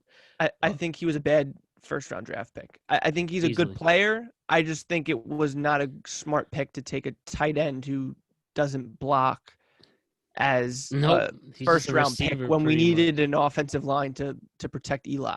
It just didn't make any sense. Patrick Mahomes looking guy. Yeah, like he's a very good athlete, but I mean, for as good as an athlete he is, he doesn't even put up like sick numbers. So like, Nope. I just don't think if you're trying to build a Super Bowl team, I don't think you need an Evan Ingram type player. Nope, man. But you were saying though, as we can be good. We're having meaningful games at this time of year, and we could compete. Yeah, and it's exciting. Jones not playing this week, which I think he's questionable, but I think he's most likely not going to play. Yeah. That's tough playing Seattle. Seattle's beatable. They're beatable. I think they can beat Seattle. I think so too. People think I'm crazy that they can beat them with Colt McCoy, and I probably am. They probably won't, but I think I'll they be would. Crazy with you on that. I think it's I don't a think winnable it'll game. be Honestly. a blowout. Like I think people think that we're going to Seattle, right? We're in Seattle. Yeah, we're in Seattle for this one. So like, I don't think we're gonna go into Seattle and get our clock cleaned. They've been in every single game. The defense has been good. Yeah, so we have a legit defense. I was gonna say if you can match up with Bradbury on Metcalf and control him with whatever controlling him is, probably 80 yards is probably controlling him with how good he is. But and Tyler Lockett, like people forget that the Seahawks offensive line is not very good. So if you can get pressure on Russell Wilson, you can find some success and get some turnovers. But the thing is the offense. The offense has to move the ball. They have to be better. I mean, yep. The way that they played against Cincinnati this past weekend was terrible, and that's one of the worst defenses in the league. Luckily, we've somehow won that. That would have been heartbreaking if we That lost, was so if we lucky. gave that. But yeah, I mean, Seattle's defense is not very good either. I know they've improved because they added Dunlap on defense, but I don't know. I think it's a winnable game. Call me delusional. Call me optimistic. I think it's a winnable game, and I mean, how sick would it be if Colt McCoy goes into Seattle and wins that game? Like that'd be so awesome. What a return to form for him. I know he had an amazing college career, and his NFL career has been not too hot. I mean, we did really bad with the Browns and all that, but It is worth mentioning too. Sorry to cut you off, but it is Oh, worth keep going. mentioning too that Colt McCoy is 1-0 against Seattle in his Is career. he really? I didn't even know that. Well, you know what? I think that's one reason why we're having have him come in, have Daniel 100% with the hammy, and then we're rock and rolling after that. No more division games except Dallas on the last game of this season. Yep. We're playing off the top of my head. We're playing the Ravens at one point, and Ravens I aren't think it looking that good. goes down the stretch. It goes Seattle, Arizona, Yep. Baltimore, Cleveland, Dallas, or I Yeah. might be flip-flopping. I might be flip-flopping Baltimore and Cleveland. Let But me just check. definitely the two must-win games. We have to beat Cleveland. They have a very good record this year, but they're not a good football team. Nope, especially no with no with no Odell Odell. now and And we have to Baker beat Dallas. being Those are the asked. two must-wins. Yeah, by the way, you were right. Cleveland is actually it goes Cleveland and then Baltimore. Cleveland and then Baltimore. So That makes sense. Even Baltimore, their defense is amazing, Baltimore, but their offense hasn't done much. They don't really scare you. I view that game as that could be like a 14-10 game, that Baltimore game. But man, a win's a win, and that's what I say with these people. And yeah, yeah, you never know. And you know what? The Giants, they always play up or down to the opponent. I feel like they play a good team, they play well, but they fall short usually. Like when they play Tampa, they were in the game the that whole was time and they lose it. And then they play Cincinnati, who just lost their stud quarterback, and they weren't good to begin with, and they can't even score a touchdown on them for 3 quarters. right. That was just such a bad game and kind of surprising. But you know what? The win's the win, and it's always a new week. That's what's great Exactly. about football in particular. Exactly. And as you mentioned, the defense really stepped up. This. Let me just say this, and we'll go into the point. How you Yep. feeling about Gettleman right now? At the beginning of the year, I was ready to say goodbye, and you know what? And I thought maybe he isn't so bad. Like how with the defense who have stepped up, him picking up Logan Ryan's could be an all-pro. Cliff Martinez is a hell of a player. James Bradbury is the best corner in the league. I I mean, would argue, yeah. and then Leonard Williams, who everyone shit on him for that, and I think he's got 5 sacks right now, and Oh, he's a beast right now. yeah, he really, really, really hit that one and made the Jets look even more stupid. Yeah, I mean, people don't realize this, but like the Giants have, dare I say, a top 10 defense in the league. Like they might be top 7. Like they have Honestly, a I think good defense. that's a fair argument with the amount of Pro Bowl worthy players holding mostly down the field. I mean, we did win on a fumble recovery last week, so Yeah. I think you make a good point with that. But well, yep. But back to your point with Gettleman, he's definitely earned some slack on my end. Yes, very When he much. traded Odell, I was ready to get him out of town. Really, I was more happy I with hated that that. because we just Yeah. weren't winning any field, and I was happy when Odell was traded because one, Odell didn't seem like didn't want to be here after we re-signed him for that big extension, just talking shit right away, Mm-hmm. and I just think the dynamic wasn't worth it. Kind of like Yep. Jamal Adams moving to Seattle. That's the only reason why, but I can definitely see why it would be upsetting too. But I can hey, see look, that. so far it's honestly looking like it was the right thing at the I moment. think we've won that, believe it or not. And With then there's another thing. I love Peppers. I think Peppers Oh yeah, he's been the heart and Bro, soul of the Peppers is the defense shit. this year. Plays his heart out, super athletic, like always going 110%. And he really, yeah, he again part of that Odell trade was pretty Yeah, legit. and we got I forget the picks that we got and who we spent them on, but we got pretty good draft picks out of that too. Yeah, I think on defense. One of them might have been Leonard. I think he was the one of the compensatory picks with that. He might have been one of the guys we took. I could be wrong. But yeah, and you got to think. I know Jones hasn't been box office must watch football out of him, But I think Daniel Jones is a good quarterback if you protect him and he gets these turnovers under control, which he has in the past few weeks. I think he's a very good quarterback. If they develop this offense and the offensive line has played better, Yes. but if you really protect him, like he's become one of the best running quarterbacks in the league, and His it's a league with league, Kyler Murray and Lamar Jackson, and his legs are apparently he's legit. faster than all of them, Yeah. which is Let's go insane. with that.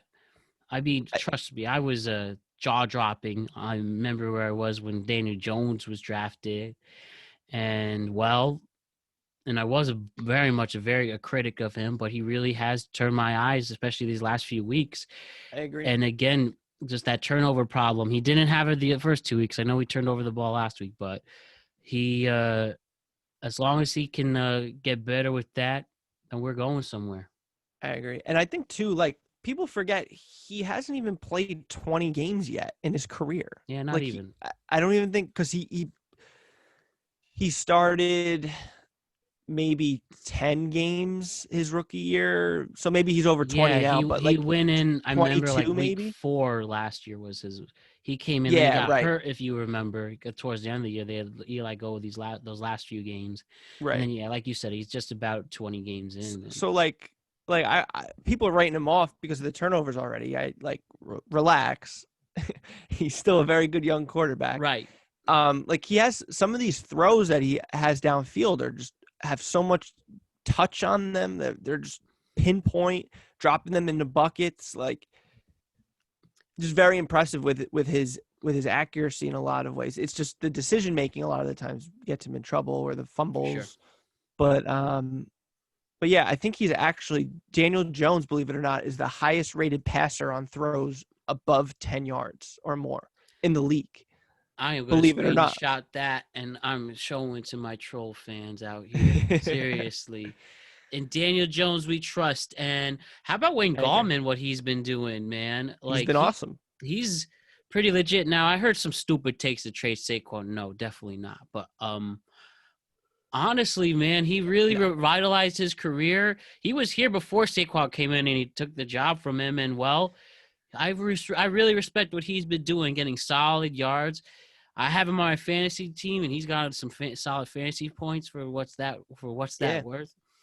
He's been Wayne in the end Gallman, zone every single game since yeah, he really took over. exactly. So Wayne Gallman has been the special rub in this whole thing, you know.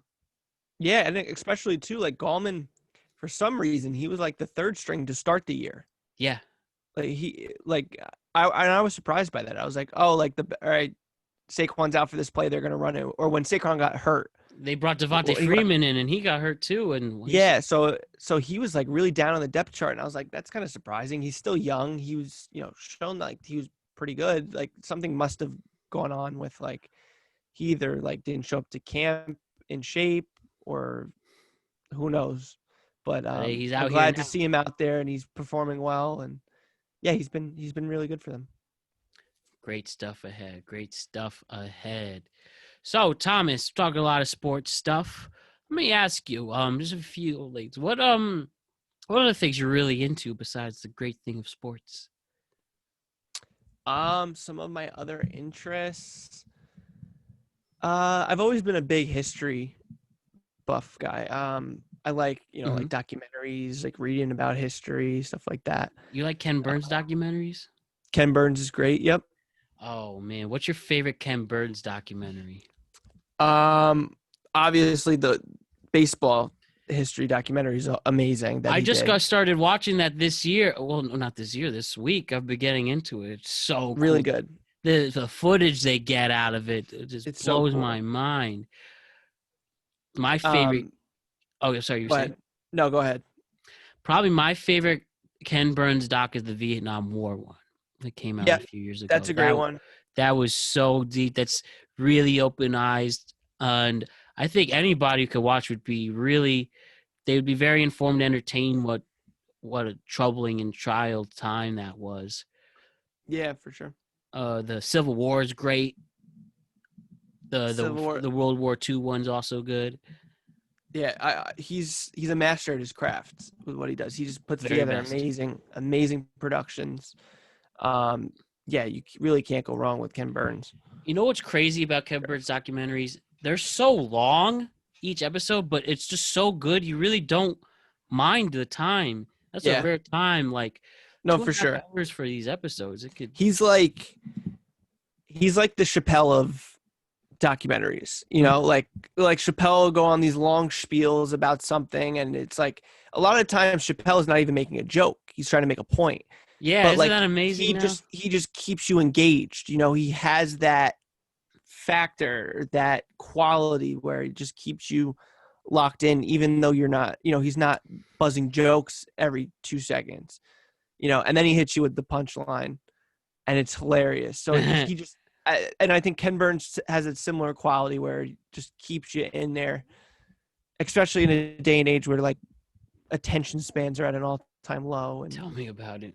you know, instant gratification. So I think it's just a product of just being great at what you do and being an amazing storyteller.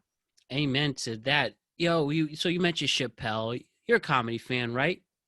Oh, love it. Yeah, probably. And Chappelle is probably my favorite. Chappelle's your favorite one. I have that. He's in so if you notice I've ramped up this place to make it a little studio. I have Chappelle right here. Oh, okay. I mean it's hard to see, but There you go. he No, is it's there all for right. one. But yeah, dude, I really like Eddie Yeah, Murphy stand up. Murphy's great. Huge Eddie Murphy stand up. I I love love Bill Burr. Oh yeah, Bill Burr is the Bill Burr's man. hilarious. Awesome And podcast too. a guy that I feel like doesn't get enough love, but is very good, and he's awesome with like roasting the crowd. If you look up his YouTube videos of him, uh, interacting with people in the crowd and improving.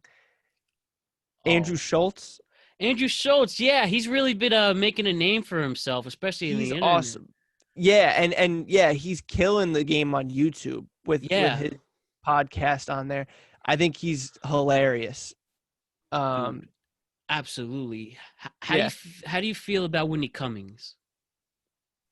Whitney Cummings, I haven't seen much of her stuff. I do like it though. I think she's funny. Oh, she's great. And another one awesome is Annie Letterman. Watch out for her. I don't know if you heard of her, I but haven't heard of her. I'll have to look her up. she is just she's just someone you want to hang out with and like be friends, and she's just so great with her comedy.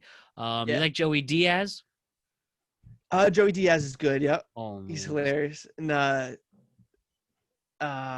Segura, Tom Segura, oh and hell Brett yeah, Kreischer. Yeah, I they're love Burt hilarious. Kreischer. You know, Bill Burr and Burt Kreischer do a podcast together, which is Yeah. really great. Yep. He had this one guy who did the podcast that's been getting really popular. It's about the NBA refs and the cheating scandal. I don't know if you heard of it. It's been on the rise. I haven't. And they had that guy. I'm sure you know the NBA Tim Donaghy. Yep. Then they found all this new information that I was curious if the NBA was going to apologize for. Basically, the guy was saying that since the Jordan era, NBA refs were told to ref it a certain way. So Interesting. it's pretty crazy what they have there. Is there any stand-ups that you might not understand? Like, I don't get why so many people like him or her. Like Amy Schumer. And most of the people I don't like is because they're Yeah. joke stealers. And I've seen her. There's a very cringeworthy video of showing the joke she stole. Dane Cook, Oh, another really? joke stealer. Yeah, I it's did not know bad. that. Um, Yeah, I'm not Carlos a fan Mencia. of Schumer. Uh, No, I did not like her she's train not wreck too movie. particular funny. Yeah, No, yeah, at the end of the day, she's but not funny. other comedians though that I do have to show some love to because I think they're Of hilarious. course. John Mulaney Oh hell yeah, he's and Nick king. Kroll. The They're Squad. hilarious. And big. Have you seen Big Mouth I've seen 2 episodes, and I on really Netflix? love the 2 episodes I saw. I want to get I, into those again. they're so funny. They're so inappropriate, but at the same time, like the show is genius because I don't know if they like talk to middle schoolers and be like, what are you thinking? But they absolutely nail what like middle schoolers are thinking about and what they go through. So in a weird way, it's like, it's kind of an educational film because it's like, it Oh like yeah, opens you up to the mind of like a 13-year-old and what they're going through with all the hormones and all that stuff. it's also pretty So I think it's honest. great. You know, Like, Oh, it's so honest and genuine, and like obviously like the stuff on there is just so inappropriate, but like I think it's like worthy of, I mean, you can't show it in a health class, but I think like based on like the educational stuff you can get out of it on your own time, I think you'd get more out of that than like a health class, because it's kind of the whole show. It kind of takes you through all yeah, that stuff. I think it's very honest and a great portrayal of that. So would not oppose. Another good stand-up I like Pete Holmes. Mm-hmm. He's good. I love his podcast too, especially. One stand-up. This is going to be a tough take because I know he's an asshole and he's had some controversy, but his stand-up is hilarious. But I debate all the time, should I really be watching and listening to it? But TJ Miller, you know who I he is? don't know who that is. He's I probably know what he looks like, huge, but I dread-headed just ginger, and he's just no. I vile, but he's definitely know just who that is. been accused of some bad things. So it's always been on the fence with Gotcha. what do No, I I don't do or know not? him. How do you feel, Thomas, about canceled celebrities and stuff? Like, here's how I look at cancel culture. I think you should be canceled if you committed a crime. If you did a criminal act, yes, you are the right to be canceled. But if someone says something controversial, obviously depending on what they said, there's your leeway and you figure out what to do. But how do you feel about cancel culture in general? Because there's so many great actors I like, and I've always wondered, do I watch these movies or not? But how do you feel? Yeah, I think that the fact that we are as a society more conscious of things and we're making an effort to be like that's not okay Yeah, is good, but I think cancel culture goes too far a lot of the times, for sure. where it's creating, or it has created, hypersensitivity to things where people are like, well, what can you say, what can't you say? And it gets to the point where I think people are just like pointing the fingers, you're canceled, that's it, and there's no dialogue with it. There's Frizzle. no like, well, educate me, like why Right. am what am I saying, why does that offend you? Because like, I mean, most of the time people probably, when they say things, they realize it. Like if somebody says something racist, they know it's wrong. Of course. But I think there needs to be a dialogue. Well, it's like, well, why are you saying that thing? There needs to be like context to a lot of things. Because if you think about it, like a lot of the cancel culture stuff, it's very hypocritical to our freedom of speech For sure. and stuff. And So like, you get that dilemma. yeah, I think a lot of people like to cancel people they don't personally know or would say to their Right. face. Right. Again, like I said, if you commit a crime or you do say something heinous, yeah, I think it's fair to say Mm-hmm. you need to take a break from them or don't listen to them anymore. But there are some people who are worth having a conversation of why that's wrong, why that's right. Yep. And no one really gives that time to have that person. And it's Right. really like the only time I've heard of someone like really trying it, and this person is not really that famous as a whole. It's just there's Yeah. this YouTuber I love named Adam Blompiate, and he got I this is weird. I understand why he got canceled. He left his YouTube show. It was just pretty much he would just when you're somebody. All right, let me say this right. Okay, Yeah. so Take your time. pretty much he was able to get a lot of naughty photos from females. Okay.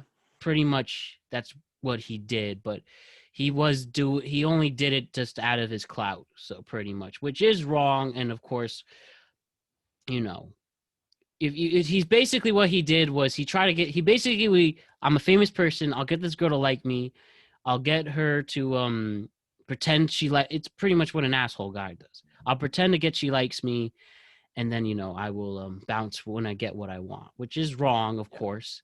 Yep. It's not fair. It's manipulative. But I And mean, that happens all the time with people who aren't celebrities. exactly. So that's what's just tough Guys about do that it. all the time. So, So so yeah. So I was just making sure I say that the right way, because what he was, it wasn't No, right. He should right, have been more honest. But he does something that sadly a lot of guys do. And right.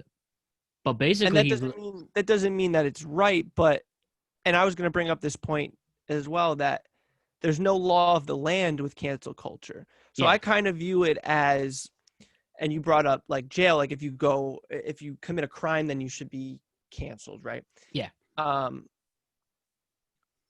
but that is kind of hypocritical to what we said about Carton, because he did commit a crime and did not get canceled, if you think We about it. Right. He just got canceled after the fact, and then he came back from his unique thing.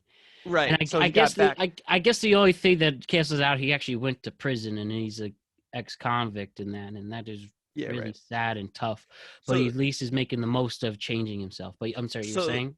no, it's okay. So there's like degrees to it, right? And it's like, how do we judge? Like, why is their whole career ruined when they didn't do something half as bad as what this other person did, Right.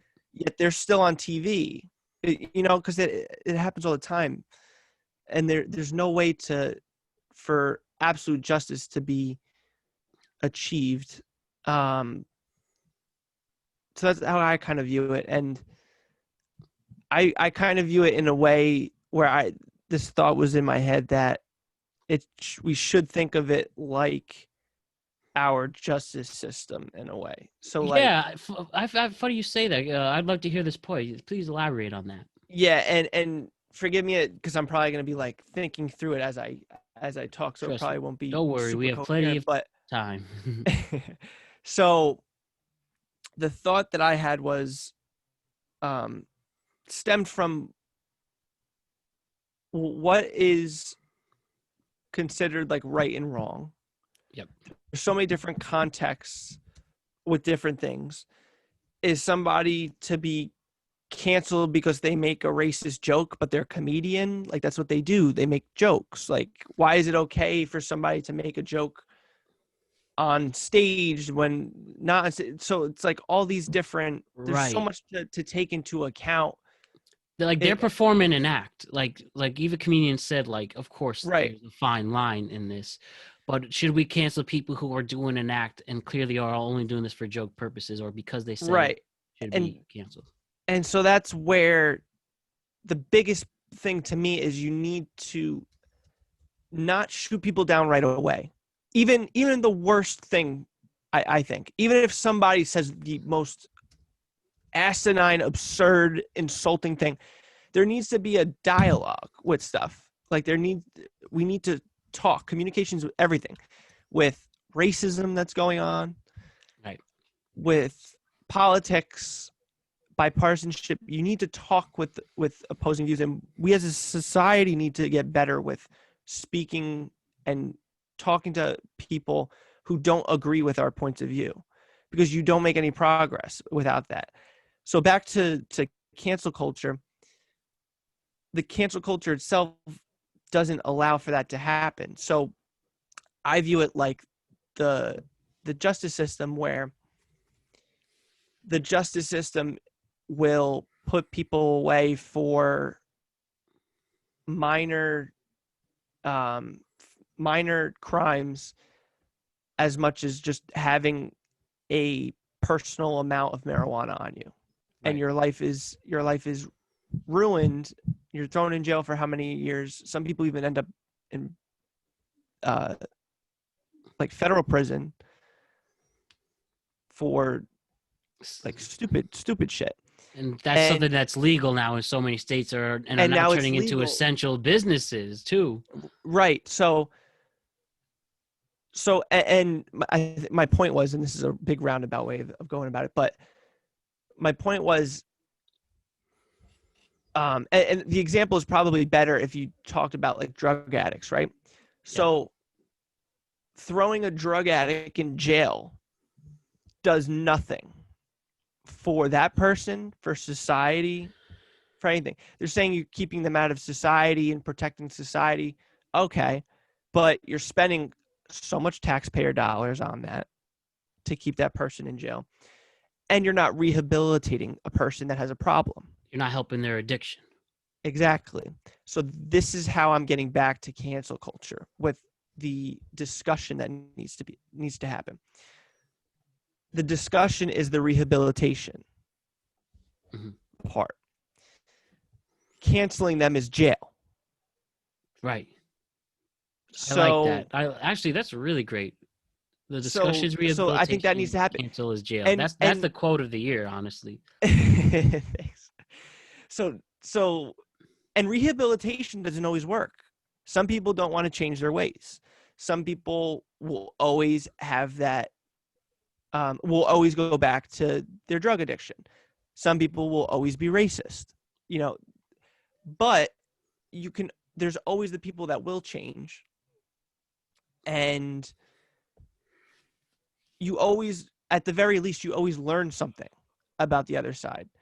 You having a convo with somebody who's doesn't have points of view that agree with yours, well, you still learn something and you could still potentially learn why they think that way. You know what I mean? So I like do know what you mean. it's definitely a difficult pill to swallow, but it's essential for our society to do, especially if we want to see progress, Yeah. because we're going in a direction that's not very good with in those terms. We're becoming more polarized than ever. And And without these conversations, you can't have progress. and And you if you don't you have progress, it's going to end up going very badly. you're right. And having that honest conversation is what needs to do when we talk about communication is key, and when we emphasize why this is bad. If you just keep pushing people away, you keep canceling, then we're just circling around, and we're gonna Right. have overcrowded prisons, like, and we're gonna have overcrowded cancelness. And like my point with Adam And you, Block. and people get scared. Yeah, So talk about it like for people just starting off in comedy, you're like, well, what can I say? What am I allowed to say? yeah, And that infringes on their art. And it's like, well, what is okay? What isn't?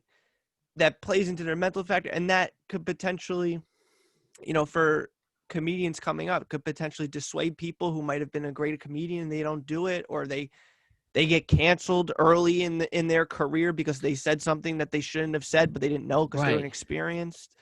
And It's it is all a of that. it's a fair thing to worry about, and how people feel. And we see certain comedians who are grandfathered in from getting canceled because that's what their whole career was based off of. And maybe now they've changed, but it's so easy now with so many cynical people. I think so many very who are so cynical to people getting big. So how easier it is to get famous, and people are getting in. So they just try to figure out any way to bring them down, and that's just a shame. And I wish I could say we could change audiences to look at things to not be offended so easily, but at this time we really can, and we have to work around it. Obviously, the great comedians will still figure out how to be funny without Right. being offensive, but honestly, you shouldn't do that. You should be your own individual person, and that's why, back to the Adam Blopier thing, which obviously was wrong. It was not right. I don't endorse it, and I don't like it when any guys are that way to girls. But the thing he did, though, he actually left YouTube for 2 years, got rehabilitated himself, learned the Mm-hmm. importance of image and not Right. manipulating Yep. um people like that, girls or anyone in general. And now he has a second chance with this, and he's Yep. trying to grow back his audience, and that's what I think is cool. And in one sense, that he was able to overcome the cancel culture, even though he did something we can argue, debate, did he deserve to get canceled or not? I mean, but did at the end of the day, he should have been told he was wrong, and Mm-hmm. fix himself for it. And he seems to be one of the rare cases that actually did that. So I just have nothing but support for him. And it just shows the importance of not manipulating anybody, and doing the right thing from here on out. So I think you're very loud and clear saying we need to more rehabilitate than just throw people in jail and Yeah. cancel culture jail. Just the way it is, it's just dangerous. The way it's set up right now, or the way that it goes about, and it doesn't allow that second chance, or for people Mhm. to prove themselves that they're a better person, which is like, don't we want that? Don't we want people who are Yeah, misled to improve on that and work? Like, we're all working on ourselves all the time to be a better person, But like with cancel culture, you're basically saying, nope, you're a bad person forever. Yeah, no, people change. Which is terrible. Yeah, With extremely terrible. It's just something you just don't you don't want. Like if you ask someone, if you cancel someone and they're basically, with the way cancel culture goes, it's set up, this person is bad for the rest of his life. Do you want that? Like, No. don't you want the person to have a chance to better themselves? Or cancel culture is basically saying they're okay with somebody being terrible for the rest of their lives.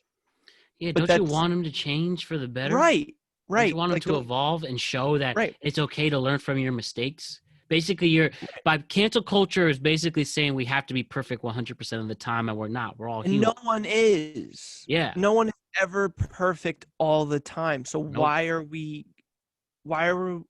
holding Except Patrick people Mahomes, the most JK. he's very close though. Right? Okay, you were But saying like, that? so why are we holding these people to such a high standard just because that they're famous or like they have 100,000 followers?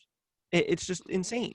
They're human No at one's the end of the perfect. day. Everybody's done something that they wouldn't want the public to see, Definitely. and like that's okay. It's being human. And just the most important thing is you actually genuinely learn from it and don't repeat the mistakes. And you help Exactly. with the story make people think twice about doing something dumb, you know? Exactly. Yep. We got Completely agree. we've got good times ahead in that sense. We're always learning, Thomas. We're always learning. Hey, Always random question. You like ice cream? love ice cream. What's your favorite ice cream, Thomas? Probably chocolate chip cookie dough. True chocolate chip cookie dough ice cream. Where are you getting this chocolate chip cookie dough ice cream? My favorite chocolate chip cookie dough ice cream is probably on Cape Cod. In Cape Cod. Good quote. Yeah, Answer. and always with a waffle cone. Oh, A you know what? really good waffle cone, like homemade waffle cone. It's amazing. My favorite ice cream, and it's really hard to find it because not every ice cream place has it. So I like vanilla ice cream, but with peanut butter sauce. Sometimes I could get it from Baskin Robbins, but I don't like all the extra Yep. stuff they throw on with those layered sundaes. Make me Yeah, feel right. like crap, but fuck it. It was good at the time. Um, you ever been in Milkcraft? I have. I do not like it at all. Really? Now I that's a think hot take. Please be honest, Thomas. you want a hot take? Yes. I think Milkcraft is so overrated. You're the very first person I've ever heard someone say that, but I want to hear more about it. I'll give you a good story too. So I've went to Milkcraft once. Okay. I've had it. It wasn't anything special. I had the blue ice cream, That's whatever one that is. I love that. With the graham crackers in there. And to each their own. If you love it, great. I just thought it was overrated for the price. It was super pricey. I think a large amount of the hype from it is because people want to take a picture of it and put it on their Instagram. I didn't think the ice cream was fine. It wasn't anything spectacular. I don't think it was worth the like $10 for the cone that I had. Also the cone, and like I said, I love waffle cones. Yeah. The bubble cone or whatever True they waffle. Trash. It got soggy by the time I was like gonna bite into it, and it was just like kind of gross. But of all this, right? Mm-hmm. This neck, because of the blue dye, and I don't know if this happened to you, but for like a week straight, my shit was blue. I kid you not. And sorry, a little graphic for the pod, but no, be honest, man. Be honest. I looked down, and I'm like, "Oh my god!" Blue stockings, huh? It looked like Cookie Monster came out of my butt. Some blue logs, huh? It was crazy. It was insane. And like the friends I went with too, who got the same one, I asked them like, did this happen to you too? And they're like, yeah, that happened to me. So weird. So it's like all the dye in the ice cream, and it came out like, oh my god. Well, you know, I don't remember, to be honest. I haven't had it in a while. Well, I mean, I don't know. Well, I wonder what the doctor would say to that. Milk crap. Milk crap. I just love it, man. You know what? One thing, when I went to Los Angeles last year to visit, I had this like blue ice cream too. It wasn't a milk craft. It was just this thing on Venice Beach, and I can't tell you the name, but it was my absolute favorite. It was actually better than the milk crafts version of it. Really? And I don't remember defecating to the blueness on that. Maybe I did, but I'll be on the lookout. I'll tell you that. I'll pay attention for the next time. Yeah. What other desserts you really, really into? I mean, you're an Italian. Desserts Love are Italian the thing, pastries. so I love a Love great Italian pastries. cannoli. Cannolis. I'm Ooh, a cannoli fiend. easily. Dude, cannoli cakes are my favorite cakes in the world. Yeah. My absolute Very favorite. good. Never get it when I ask, can I have a cannoli cake for my birthday? But hey, next time. Really good. It's always next time. I love getting cannoli dips and Yes. and the cookie thing. My goodness. Really good. Zeppolis are good. Chavoyadel. Yeah, I'd Lemon take. tres leche cake, even though that's Latino, but still. Yeah. Yeah, no, can't go wrong with Italian pastries Oh, in my man. book. So good. What is the what I was gonna say? What was the worst ice cream place? Is Milk Craft on that list, or is it just overrated? Milk Craft's up there. I don't know. I can't really think of really bad places, really bad It's ice kind cream of hard to places. mess up ice cream. It is. So I think I might put Milk Craft as the worst, just because of how expensive it was. If it wasn't super expensive, it wouldn't be as bad in my book. Mhm. But because I was paying like a premium for it, I Yeah. didn't get it. It just wasn't for me. What's like the worst restaurant you've ever been to in your life? Oh God. That's hard. I gotta really think. Mine is I once went to a food stand and I went to a 99-cent pizza food stand in New York and I was so sick. I must have lost 3 pounds. Oh man, this was just leaving my body in ways I didn't even know could. It Like was food just poisoning. very bad food poisoning. Yeah. People love 99-cent ice pizzas, and I think you're crazy. That'll do it for you. I would rather One bad have a experience. Lunchable than that. And that's saying something. Trust me. That is. Oh, that is. Yeah, I'm trying to think of like a really bad experience. I'm sure I've had bad experiences with like the waiters or them getting my food wrong or the food just really bad.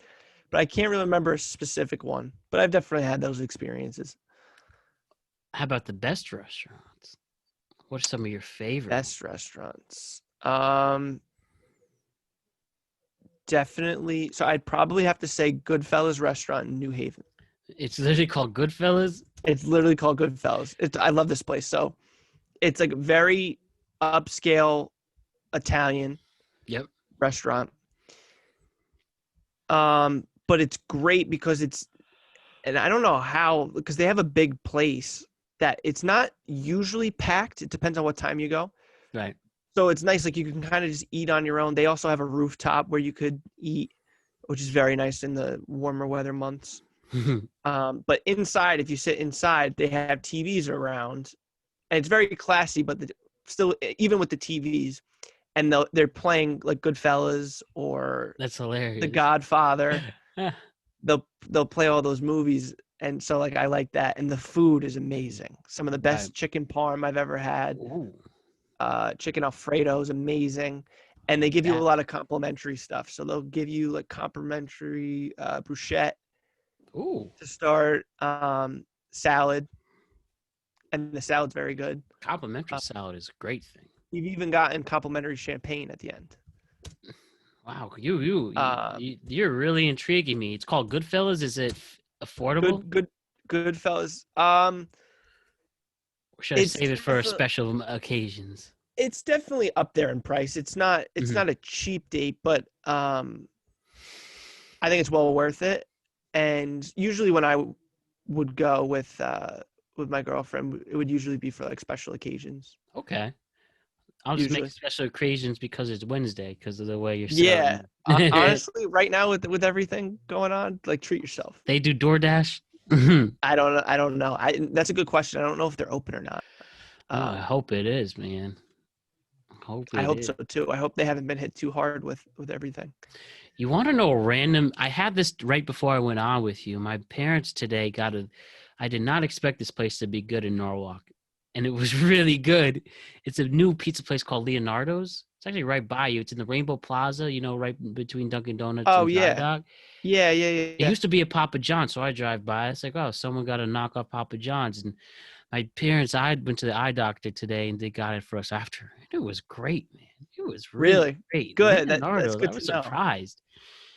Yeah, we usually do Planet Pizza, Grand which Prix is good. I get sick of after a while. Like the pizza's okay. Like the pizza's Yeah, fine. their wings are Um, good. yeah, I do like their wings. Um, so I just kind of get tired of their pizza, Are you and a try to toppings? Oh, sorry, you're saying? I no, it's okay. I do like toppings. I'll go like sausage, meatball. I'm Dave Um, Portnoy. I'm very simple in my pizza slices. That's yeah, all I want is plain. Maybe I'll get bacon, but that's it. I don't go too crazy. If I get a topping, it's like one topping max, and I'm more than fine with just cheese. I hear that. How do you feel about colony pizza?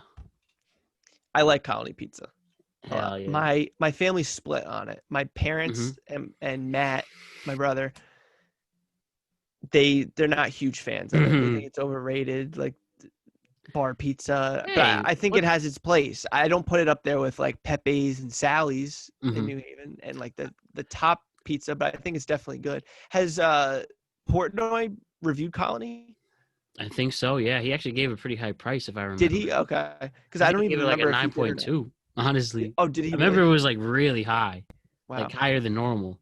Yeah. No, his ratings are legit because he rates New Haven pizza as the best, and Yeah, it really is. Like, it really is. Please go. It'll tell me the New Haven pizza hype is worth the hype. I've only had Pepe's, which was really great. okay, I so need to I'm have gonna the other I'm ones. gonna hook Please, you please up, go. right? Please hook me up. So New Haven pizza, and I'm a big New York guy, right? My family's from New York. I was born in New York. New York sports teams, like we Same talked here. about. Same here. Full New York guy, love it. New Haven pizza is the best pizza. It's better than New It's York a pizza. bold statement. It is. It is a bold statement. And why Um, is that? but it's absolutely true. So, um, if I had to give you so you've had Pepe's, right? Just Pepe's. Yep. You just had Pepe's. Sally's, in my opinion, just as good, maybe better than That's what I hear. Pepe's. That's what I hear. Very good. Um, Also a place in New Haven, Delegna, which Delegna. is not many people know about it. I think they just moved locations to a bigger place, which is awesome. Good. Not many people know about it. It doesn't get as much traffic as the other places because it's not as well known, which is great because the other places will have a wait, and if you don't want to wait, just go to Delegna. And I think the pizza is phenomenal. All right. They have different kinds. Like they have a pizza called the patate, Patate. which is like mashed potatoes with I think it has some spinach, On pizza? corn, and some other stuff. It's amazing. Oh, and bacon. Boy, that sounds like Really Thanksgiving. good. They have a very good margarita, which I'm a big fan of. Of course. And they have a few other pizzas that I can't remember exactly what is on them, but very good. And so like, I went to school at Southern, right, in New Haven. If we went out for pizza and we went to Pepe's or Sally's first, and the line was like out the door, Hmm. we would just go to Delegna, and we'd have it, and we'd be seated in 10 minutes and get our pizza, and we'd Everyone's do winning. that. But I would say that Pepe's and Sally's, it is worth the wait if you are waiting for it. Um, and then there's Modern Pizza, which you've probably heard of. Yes, I have heard of it. It's like the big three with Sally's and Pepe's. Mhm. I'm not a fan of it though, No. and maybe another hot take for the podcast, but the pizza that I had there was just like kind of your typical American pie, like your American pizza, cheese Right. pizza. and they actually have an option, which this is no pizza parlor restaurant should ever have this option, that you could get American cheese, literally American cheese, like Kraft singles, That's gross. as the cheese on your pizza. Ugh, come on, man. That's And offensive. by accident, one time, I ordered that because it said like American cheese. So I thought it was just like your typical cheese pizza that you get, you like So, American style, instead of like the margarita, like Italian style, that way. Maybe I was stupid, but whatever. But I just thought that no restaurant like worth its salt would have that as an option. I couldn't even finish the pie. I think I had one slice and I didn't even take it home. did you It was say just disgusting. you guys suck I didn't. on Olive But Garden? but like when people put modern like above Sally's and Pepe's, I just automatically discredit their pizza opinion, because it's everyone has an opinion and no opinion is right or wrong per se, but that's wrong. But that is a wrong thing. But that is wrong. I will judge you for your modern pizza fandom. Yeah, like everyone's Man. entitled to their opinions, but like that's wrong. And I'll Jeez. take that back. There are opinions that are just wrong. Yeah, like anyone who thinks the Red Sox are awesome. Or the Exactly. But man, Thomas, we've been at it for 2 hours. Before we wrap Wow. it, seriously, I hope you've been having fun. I've been having a really great time with it. Seriously, Yeah, man. it's been a good talk for sure. And I hope you want to do it again, because I would love to have you on again. Absolutely, yeah. Winning on Been that a one, blast. sweet. So I like to end my podcast with this thing called the Proust questionnaire, and I'd love to hear your takes on these questions. So pretty much these are rapid fire questions, but they're kind of deep, but a good deep. So Okay. I'm ready to do it when you are. Ready. Let's do it. All right. My first question is, what's your favorite word, Thomas? Favorite word? Oh my god. I know you said rapid fire, so I'll try to be quick. Favorite Well, I mean, you can. word? They're just short questions. You can take as long as you want. All But, right. You don't have to go crazy, but they're like deep questions. They're just short but deep questions is a better way to phrase it. Favorite word? Damn, that's really hard. I definitely have them, but it's just hard to think about.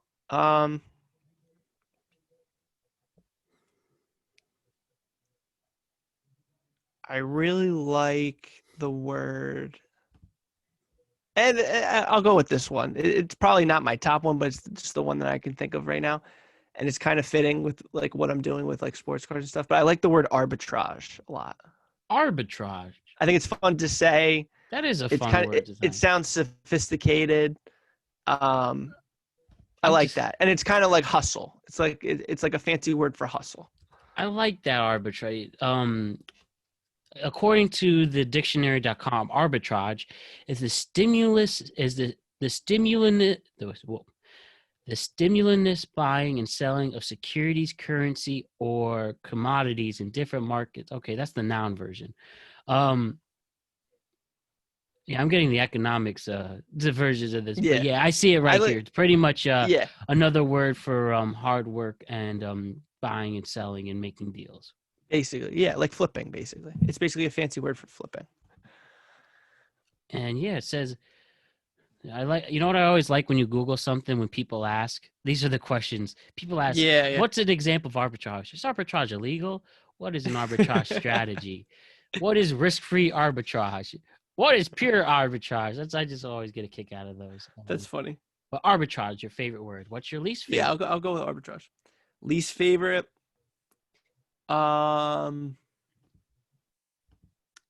Probably just like one of the words that's like overused by people. Amazing. I admit sometimes I use that a little too much. Yeah, or like literally. Literally, like basic.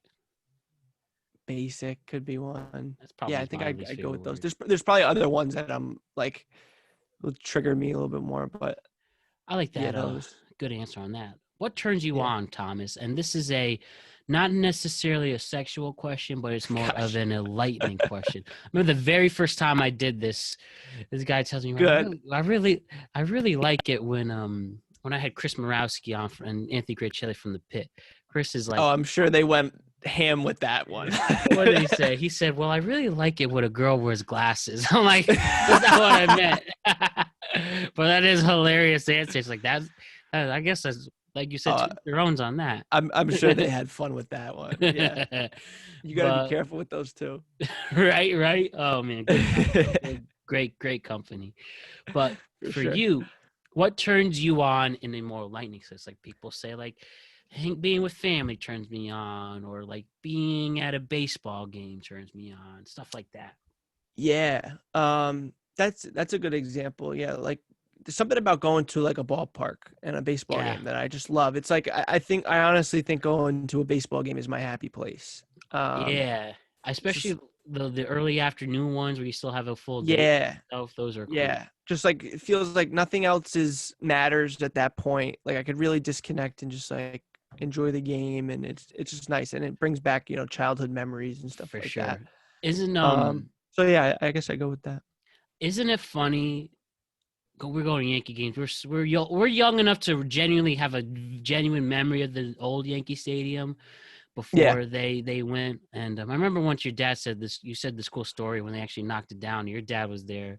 Yeah, I mean, your dad's been there for a long time. Then your grandpa for your generations of your family, that same building, and he said yeah, goodbye. Like, he actually literally touched it and said goodbye. I think that was a nice, cool story. I remember you yeah, saying. yeah, and yeah, that was a heartfelt moment. Yeah, my grandfather, like when we were like leaving one time, like touched the side of it and was Mm-hmm. like he said like goodbye old friend and stuff like that. And that Oh, was like that was really touching. Um, I actually included that story in his eulogy because it was so touching. it's But beautiful. Definitely, it he's must be kicking was it with all those class Yankee legends up there right yeah, now, right, right? chewing their ears off. But yeah, this is actually another cool story about Yankee Stadium. So this was even after that story about my grandfather Yeah. that I think we went to, did we go to a Yankee game? I feel like we were at Yankee Stadium for some reason, but there wasn't a game. I don't know why, because there wasn't a ton of people. But this was when they were like tearing down Yankee Stadium. Damn. And there was a section of the outfield that was open from the sidewalk. You could see into the stadium, and it looked like Yankee Stadium in like the apocalypse. Oh, The seats were wow. torn out. The field was gone. Damn. It just looked like deserted, but the construction crews were going in and out. And we just asked like if we could go in and just see. So we actually walked through and we went to like No down to the way. field where the field would have been, and we just like looked around like one last time. And it was really cool. And like I'm not 100% sure, but we might have been like some of the last fans to actually like see Yankee Stadium Like that. before it was completely demolished. So that was a cool moment. That's a beautiful story, man. Wow. And like, now that Old Yankee Stadium's been gone for 12 years, I think it's crazy to look how different it actually looks to New Yankee Stadium. Yeah. Isn't it crazy? Maybe this is just me, but like I just it just looks so different. I mean, really, it's moderned it up, but Mm-hmm. at the end of the day, they had to get it down. I mean, there were times where Mm-hmm. there was people that the ceilings were falling close to fans. It was an old building. It had a date. I think they did do a good job though with keeping the charm. I know some people don't really like the new stadium, but I think it still has the same It has a feel to it, and you make it same your own. same feel. Yeah, exactly. Yeah, I could see So like what you're saying, your grandpa's up there like yelling at Joe DiMaggio, like, why'd you let Mickey Mantle walk into that water pipe? So exactly. right. But damn, what a great place that it will forever be. And one For thing I sure. need to get, there's two things I have to do left as a Yankee fan. I want to be a season ticket holder. That Yep. I have to do that before I leave this earth. And I don't care how much how expensive this is. And I will probably I'm willing to pay $10,000 for this, but I really want two old Yankee Stadium seats. I That's a cool investment. Yeah. like it's like something like midlife crisis. I really want to put those in my Yeah. home. You mind if I just look up really quick how much one buys? Go ahead. Go ahead. Old Yankee Stadium seat. My mom tells me the stories of my grandfather again, bringing him up.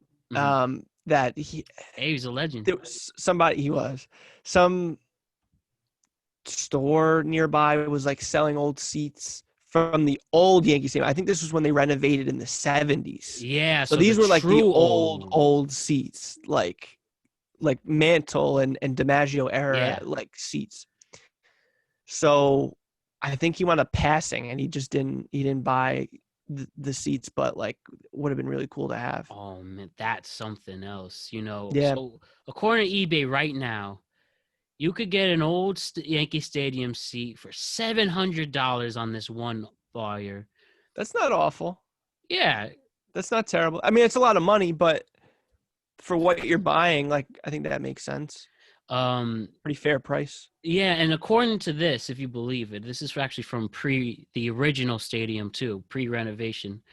So like I see there's a mixture of both the real old ones and then the real old ones and then the classic pre-renovation in the 70s. I Yep, see. Yeah. Okay. 1700 for pre-renovated ones, that makes sense. 2000s. Yeah. Okay. So between 1,000 2,000 looks like what the ballpark you're getting it. But you know what? I don't care. One day I gotta get those, Yeah, and luckily, hopefully, they're still available by that time. But yeah, those still will be. There's always people trying to sell. always. Yeah. And fun fact, I don't know if you know this, but did you know Saturday Night Live? Did Yeah. you know did you know the seats in Saturday Night Live are the old Yankee Stadium bleachers? No way. Really? Yeah, they've been there since the mid 70s during the renovation. Wow. Lauren Michaels personally, he's a big Yankee fan, personally asked them, "Hey, can we put this in we're starting a new comedy show. Can we take these seats?" They said, "Yeah, sure." Wow. And it That's was that cool. simple. And before everyone knew SNL was a thing, and to this day, the old Yankee Stadium bleachers are still there, That's and amazing. you can watch them. So, how about that? That's really cool. So, the fourth Yeah. question, To continue. right? What turns you off? Okay. What turns me off? I say Twitter comments for me. Yeah. Like, and I'll probably go back to what I said before for like the cancel culture, but just not being willing to like hear someone else's opinion Yeah, or closed-minded people for sure. closed-minded people. Like I just don't have time for closed-minded people. Um, Snaps to that one. yeah. Oh, and you know what too? Also just people who are just Red Sox fans. Mhm. that's a great one. But no, just people who like don't give people the time of day or just very like rude, mean, Yeah. like that's that type of stuff. Obviously, that's kind of like a pretty obvious question, but No, no, but it's a I good don't know. answer. I just don't feel like it takes that much to be nice No, it to doesn't, people. man. So No, that no. for sure turn me off.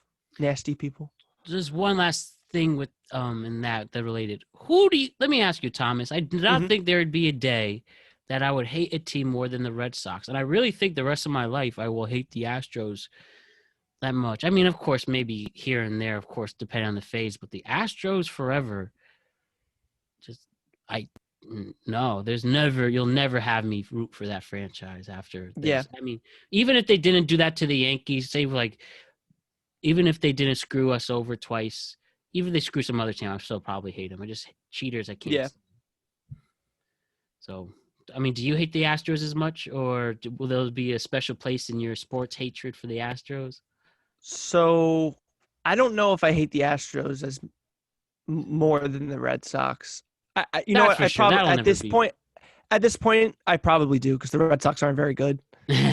So I probably do hate the Astros more. There is a team though that I think I will always hate more than the Red Sox. Is it the Patriots? No, it is not. It is the right sport though. It is the Dallas Cowboys. Oh, I think very much I agree with think you. my entire life they've been so overrated. Yep. So they always get hyped. Freaking So Tony Romo I think that's why. And they're probably the biggest rival of the Giants outside of next to the Eagles. maybe the Eagles. Yeah. So I think I'll always hate the Dallas Cowboys more than the Red Sox. And kind of ironic because my girlfriend's from Dallas. So Is she a Cowboy fan? Yeah, they are, but her brother and her dad are actually like Yankee fans because her dad grew up on Long Island. So Oh, well, I like that funny, sacrifice. but yeah. She doesn't really care much about football though. Hearing that. What sound or noise do you love? Uh, a nothing but net 3-pointer. Great answer. I had someone else say that, and I totally agree. A perfect nothing but net. Swoop. What sound or noise do you hate? Good question.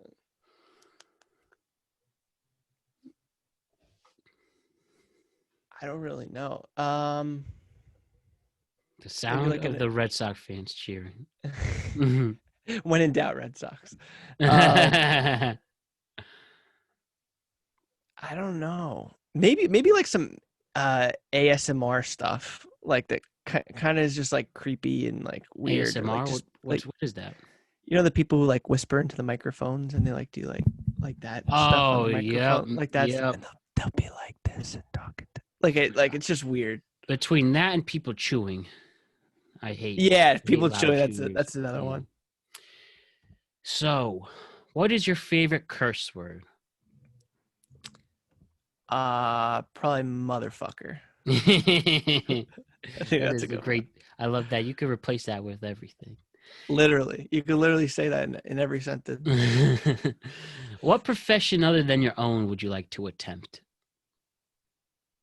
What profession other than my own would I like to attempt? Yeah, like, do you want to be a low Um, key lawyer or a food eater, a food I, critic, I, or I stuff mean, like that? and we talked about this at the beginning with like sports cards and stuff, but like I love business and stuff. So like having like side businesses or side hustles has always intrigued me.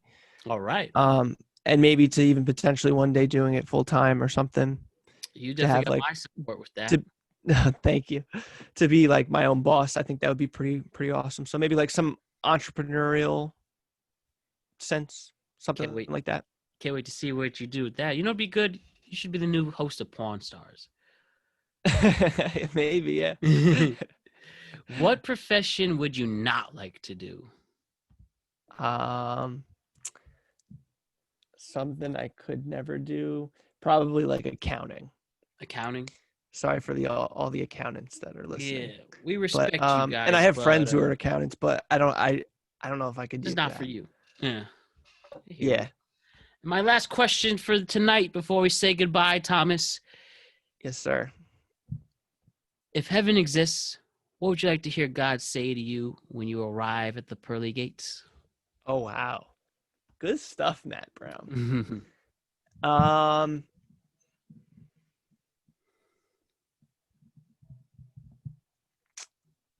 that good question. Thinking of it. That I made people, or that I did things for people in my life and that I made them proud. What a great I answer, think man. I think that's what I would want to hear him say. How wholesome. Well, Thomas, we've gone through a lot. We've had an awesome just about 2 hours and 15 minutes from a lot, from sports cards to resetting in the pandemic, going viral, the Giants, Ken Burns, um, approaching cancel culture, desserts, world, pizza. We've done a We hit it lot of all. great stuff, man. We hit Seriously, it all. Thomas, I'm a huge fan of you. Always have my respect. Always have my gratitude. And man, seriously, you were nothing but an awesome, awesome guest on here today. I enjoyed every second of it, and I hope you did too. Is there anything else you want to say before we wrap it up? No, all of that right back at you. Thank you for having me. Really had a blast. It was fun. It was a pleasure, So man. so appreciate you letting me come on here and chopping it up with you. Seriously, man. And if is there anything else if you want? Is there anything to plug here or to show if you want to check out some of your stuff or where we're going? Not too much right now, but in the near future, trying to get some things off the ground for like content wise for fantasy sports, sports cards, things in that nature. So All if you're right. interested, follow me on Instagram and Which Twitter and all is that. which is your Instagram is Thomas underscore Arduino, and then Twitter is at Tom Arduino 24. I think I don't even know. I should know that. Yeah, sweet. Well, if you want to make sure you got that spell check really quick, but yeah, like if Thomas, if you want to go on most of these launches to promote here as we're growing our numbers, you're always welcome to join, and I would love to have you back. And then, now we're able to soon do multiple people podcasts, so we could do this with someone else teaming up. So, sounds good. and I wish you luck in the future too, Matt, with man, it this. means a lot, Thomas. And I hope once this pandemic is done, we can hang out in person real quick and get a beer or something and watch some games and Definitely have some fun. But seriously, Thomas, nothing but love. Tell your family I said hello. will do. And You as like well. appreciate it, Thomas. You are the man in every sense of the word. And man, just God bless you, bro. Seriously, you're a great man. Really great man. Thanks, man. Yeah, God bless you too. All And right. happy holidays to you and the family. Yes. Happy holidays with you and the to you and your family as well. And with that, I'll see you later, Thomas. And thank you so, so much. Later, bro. All right. Peace.